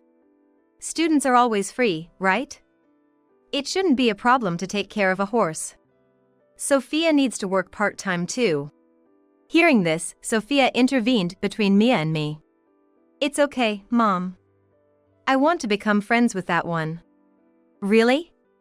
But why don't you try touching it?" Mia suggested, leading Sophia towards the horse. As Sophia approached, the horse snorted softly. It seemed to scrutinize her face as it brought its nose closer. "You're a good horse." "My name is Sophia." "Nice to meet you." Sophia gently stroked its face while talking to the horse. It reminded me how she has always loved animals. As a child, she often visited the zoo with her father. The horse, though seemingly stubborn, appeared surprisingly calm and seemed to open its heart to Sophia. After finishing moving her stuff and having lunch together, I headed back home. The car felt strangely empty and lonelier than on the way there. And so began Sophia's boarding life. The next day, I received a message from Sophia early on. "I've named the horse Rocky," she reported cheerfully. It seemed the horse didn't even have a name until then. I was curious about what they had been calling it before, but just nodded along to her message. For a while, messages about Rocky dominated our conversation. After the first day at the university, she also started sharing bits about her classes. With just these messages, it felt like enough material to write an entire novel. I wonder who she takes after. I opened the messages with a bit of anticipation during breaks at work. But that didn't last long. The messages started to come with increasing gaps, first after 2 days, then 3, gradually stretching out. Perhaps she was busy with university work and part-time jobs. Or maybe she was enjoying time with new friends. They say no news is good news, but was this what they meant? However, The messages stopped abruptly one day. It's odd. She's not even reading the messages. Neither that month nor the next brought any reply from Sophia. A bad feeling led me to contact Mia, who responded nonchalantly. She's been a great help around here, such a good girl. Could you put Sophia on the phone? I'd like to speak to her directly. No way. She's seriously cleaning the bath right now. Mia, let me talk to Sophia. She really likes cleaning. She's truly dedicated. No matter what I said, Mia would only praise Sophia and wouldn't let her talk to me. I'm paying for Sophia's smartphone bill, so there's no reason it shouldn't connect. Yet, she won't answer the phone for some reason. What if something has happened? Unable to focus on my main job or my side job, I realized I couldn't keep going like this. That weekend, I decided to take action and visit Mia's house. Sophia comes first. I have to go. But before I could act on my decision, I unexpectedly received a call from Sophia. It was Saturday morning, while I was preparing breakfast. It was the day I had finally decided to confront Mia at her house. The call was from a payphone. The call was coming from a payphone. It might be Sophia. With that thought, I answered the phone. Sophia! Mom, help me. Her voice was so faint it seemed about to disappear. I haven't eaten in days. I can't, help me, Mom. I barely made out her broken voice. She must be out of strength. Sophia! Sophia! Stay with me. Where are you? I'm coming right now. Horse, no! The phone call ended abruptly with a loud clank. Relying on the word horse, I quickly searched for an address on my smartphone. However, there was no such place name near my sister-in-law's neighborhood. Oh no! I need to pull myself together. Should I call the police or an ambulance? There was no time to hesitate about whom to contact. It was possible she was involved in some incident. Feeling restless, I got into my car and started the engine. Hurrying towards my sister-in-law's house, about an hour's drive away. The roads were clear in the morning, allowing me to arrive sooner than usual. Without hesitation, I entered the house only to find it empty. The silence and lack of any sound in the house gave off an eerie atmosphere. Then, I heard a horse's high-pitched neigh and someone's agonized scream coming from the direction of the stable. I rushed towards the sound and entered the stable, where I found Sophia lying on the straw, wearing dirty clothes. Nearby, the horse named Rocky stood, looking down at her worriedly. Sophia! I approached and lifted her. She was limp but still breathing and conscious. Mom. Her cheeks are skinny and dirty from head to toe with dirt, and her hair is shaggy. Sophia looked so pitiable, one might mistake her for a homeless child. How did this happen? I reached for my smartphone in my pocket to call an ambulance immediately. Just then, I spotted Mia collapsed in the front yard. She, too, was face down on the ground, crying and screaming. No! My face! My face! Closer inspection revealed she was injured, with part of her face caved in and distorted. Her crumpled face was further distorted by tears. It hurts! It hurts! My teeth are broken! That damn horse! James was nearby, but he was only pacing around helplessly. Confused, I called for an ambulance. Please hurry! One has facial injuries, and the other is unresponsive. Yes, the address is. Soon after, 2 ambulances arrived, blaring their sirens loudly. Sophia and Mia were each taken to the hospital, with James following in his car. Rocky was whinnying sadly in the stable. Upon arrival at the hospital, I stayed by Sophia's side, holding her hand. She was lying down, receiving an 4 drip. Her right hand, calloused from riding, was emaciated to just bones. What had happened to her? Once Sophia regained consciousness, I could finally hear her story. Mom, I haven't been able to go to college. Since losing contact with me, she hadn't attended college at all. The reason? Mia had been exploiting her. I was doing house cleaning, preparing and cleaning up meals morning and night, and also doing piecework. Piecework too? Yes, as a side job. But I was never paid for that work. It seems Mia had Sophia do piecework and pocketed the earnings herself. Even when Sophia sought help from James, it was to no avail. He always turned a blind eye. Mia made me sleep and live in the stable. Sophia disclosed, stirring shock and outrage within me. Despite it being spring, having her stay in a stable was madness. My only solace was spending time with Rocky. She said, tears falling. It must have been incredibly hard for her. Sophia was sobbing. This morning, seizing an opportunity, she fled Mia's house and called me from a payphone. When she mentioned horse during our earlier call, it all made sense now. Horse meant stable. But Mia found me and hung up the payphone. Soon after, Sophia was dragged back and thrown onto the straw in the stable. As Mia was about to hit her, something unexpected happened. Rocky kicked Mia in the face. Really? Mia was kicked out into the garden by Rocky. Given that Rocky was originally a racehorse, the force of the kick must have been significant. The partial collapse of her face, as she lay prone on the ground, was due to this. It turns out that I rushed to the stable right after this happened. It's unbelievable that a horse would come to someone's rescue. Despite my inner doubts, Sophia's testimony left no room for disbelief. After hearing her entire story, I was called by the doctor who had been caring for her. Sophia was diagnosed with malnutrition, and I was given a medical certificate, which I was advised to take to the police along with an explanation of the situation. I immediately rushed to the nearest police station, where the police quickly began an investigation after hearing my account. They interviewed Mia, James, and me, and also conducted inquiries with our neighbors. Mia denied everything outright, while James remained silent. Meanwhile, I shared all I knew, incorporating Sophia's testimony. The neighbors also shared rumors they had heard about Mia's bad behavior and how she exploited her niece, Sophia. Seeing the various circumstances and Sophia's condition, the Browns were arrested for neglecting their guardian responsibilities. Additionally, I consulted with a lawyer to see if we could claim damages against them. Fortunately, we were able to obtain evidence and testimonies of harassment from the couple, thanks to the people in the neighborhood. Sophia's involvement in caring for the horse was well known among the neighbors.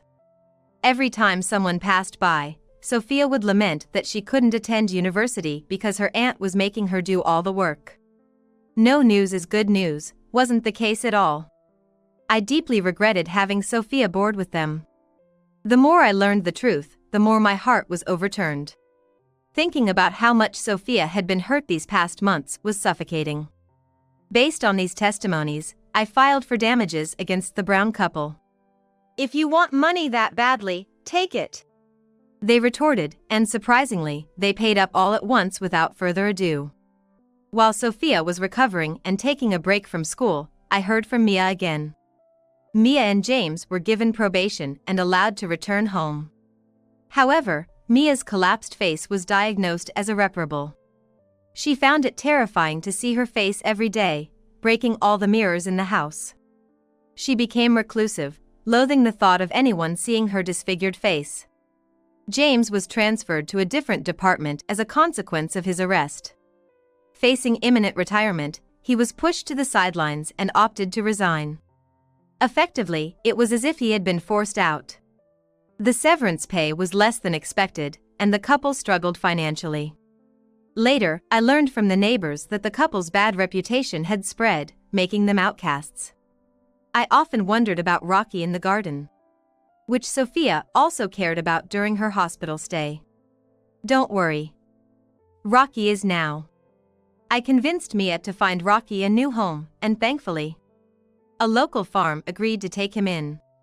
At the farm, Rocky was running more freely than ever before. They decided to keep his name as Rocky.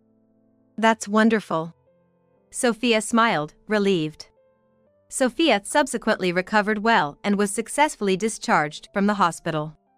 Her once gaunt cheeks and bony hands have now become completely healthy. She decided to move into the university dormitory, saying she had enough of staying at Mia's house. Despite some inconveniences like a distant supermarket and scarce bus services, she preferred it vastly over staying in a stable. "I should have done this from the start," I said with regret, but Sophia just laughed.